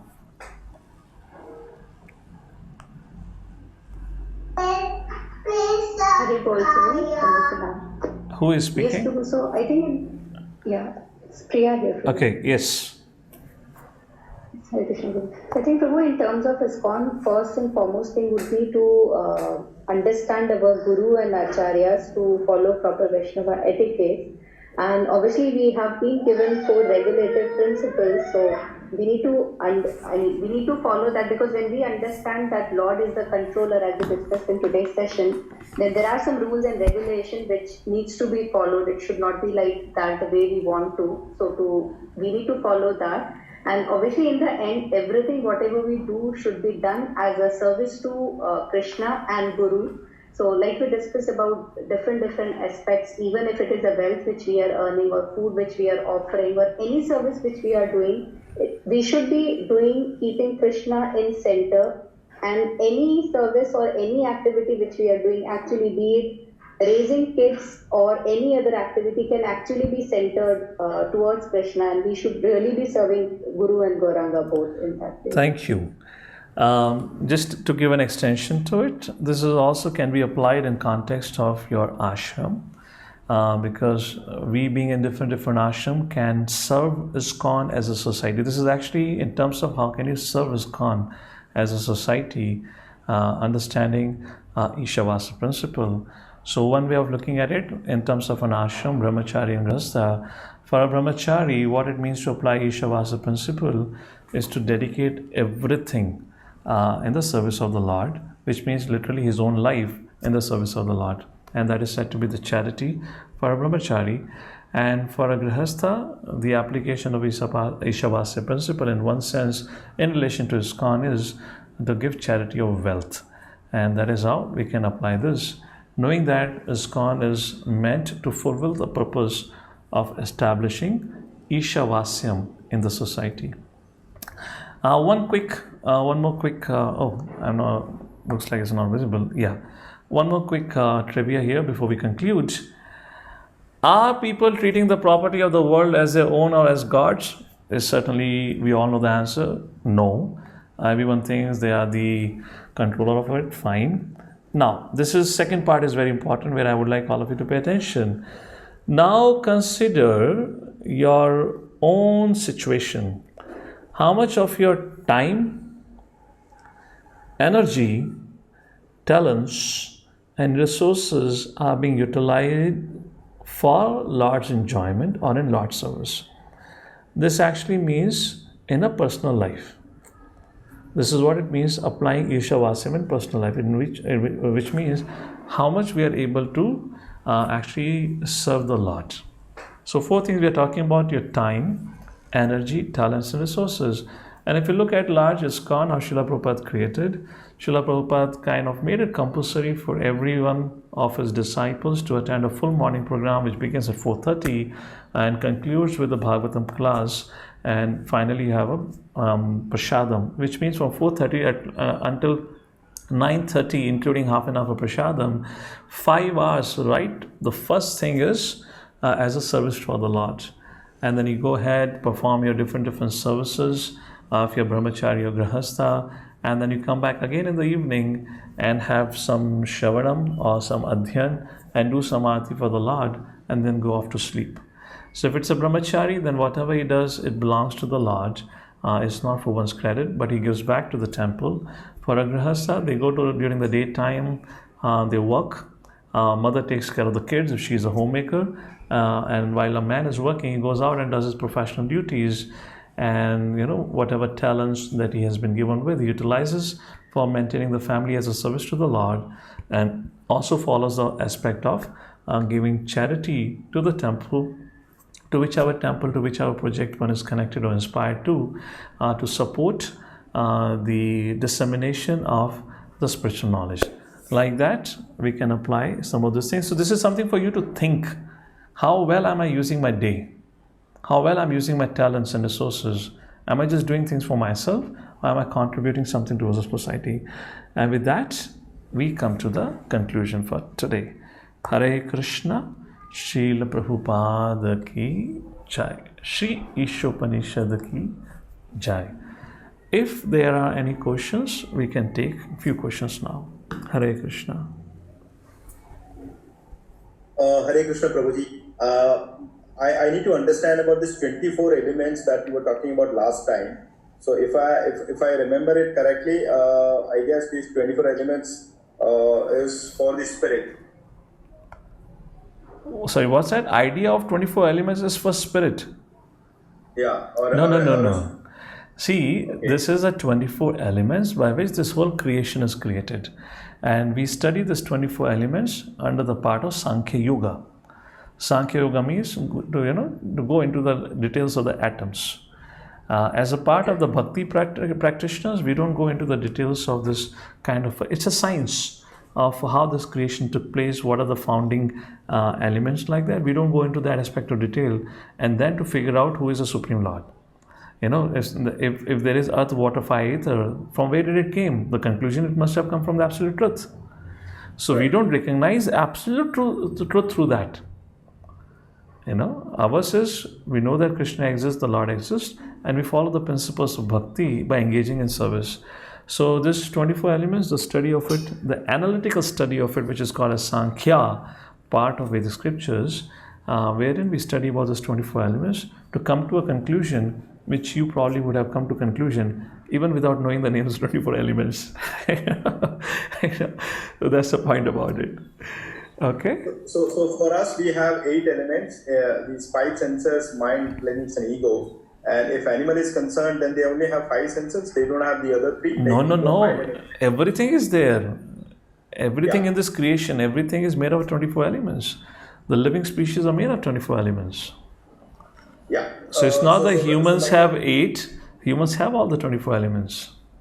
This creation is even all the living animals, all the living entities. So even the animals have the 24 elements. Yes. So when we say that we have 24 intelligence and then we can actually choose between veg and non-veg, how is that the animals are not able to choose these kind of things? Correct. That's not related to this subject. The subject is related to free will. The subject is related to how that particular vehicle has been designed. The lower species are being defined in such a way that it's more on a robotic level. A robot is where you feed it that for this response, for this stimuli, you react like this. Getting a point? The difference between robot and a human being, in one way, is a human being have a choice to act or not, and he can decide to do it or not. And the modern science attributes this privilege to what they call as consciousness. So they say we are trying to replicate consciousness in robots. When we do so, the robots will become a self-learning robots, wherein they will learn and they will grow as humans have learned and become what we are today, an advanced species. So that's not the way it is. But the point is, like robots, whatever stimuli, for whatever response is fed into the system, they respond. So they are always under the control of their programmer. The way they have been programmed, they are forced to react. Similarly, the animals in the lower species are always subjugated under the laws of nature. How they have been designed, they are forced to act like this. But a human being has an opportunity to break through the bonds of the laws of nature or the control of the material nature. For that, a free will has been awarded to make a choice to take to the path of the Supreme Lord, which helps one to navigate or to break, the clutches of the laws, the clutches of the nature, or to follow the ways of the nature and continue living in this world, species after species. Okay. So Prabhuji, in the same way, I've heard about Kalahasti as a temple where the 3 animals, the elephant, snake, and the one more animal, they probably more of spiritual nature. So that means, what kind of energy has been in. So does that energy exist in all the animals as well, or they are? So that's not what it exactly means. Just like we have Tulsi Maharani, right? Tulsi plant. We have Tulsi plant, but it's a plant. Just like we have cow, there are verses in Bhagavatam which says cow is a foolish animal. Don't be like a cow, which means a fool. Where a cow is also glorified and respected as a mother. So they represent a particular opulence of the Lord. And that acknowledgement of the opulence of the Lord would help us become more God conscious. So when we acknowledge Tulsi plant as Tulsi Maharani, a sacred tree, that helps us become God conscious, because Tulsi Maharani is a pure devotee of the Lord. And when we acknowledge that and when we worship and serve her as Guru Sadhu Shastra have described, that is helping us to become God conscious. Now the same thing is not true for mango tree the rose tree, the peepal tree. What scripture says for certain thing that we follow, because that represents a certain attribute of the Lord, which have manifested, the certain divinity of the Lord have manifested in different species, just to help us connect with the Lord. Just like cow is considered so sacred. Now in Vedic culture, we never consider dog to be sacred. In a modern culture, dog is sacred, more sacred than their own son and daughter, and the cow need to be butchered, because that is based on their own whims. But Vedic culture is based on the laws of the nature. Whatever is a fact is a fact. So we understand the divinity of the Lord by serving the cows. And therefore Prabhupada says, in the 8th canto, in the Samudra Manthan Leela, when Surbhi appears, then the Devatas take hold of the Surbhi cow. Why? Because Surbhi, the cow, gives you milk, cow's urine, cow's dung. It is all utilized in the sacrifice. And who perform fire sacrifices? Devatas. Demons do not perform. So immediately Surbhi came, the Devatas took, because that is a way of living a progressive life. And the cow provides all that ingredient which is needed for performing a sacrifice.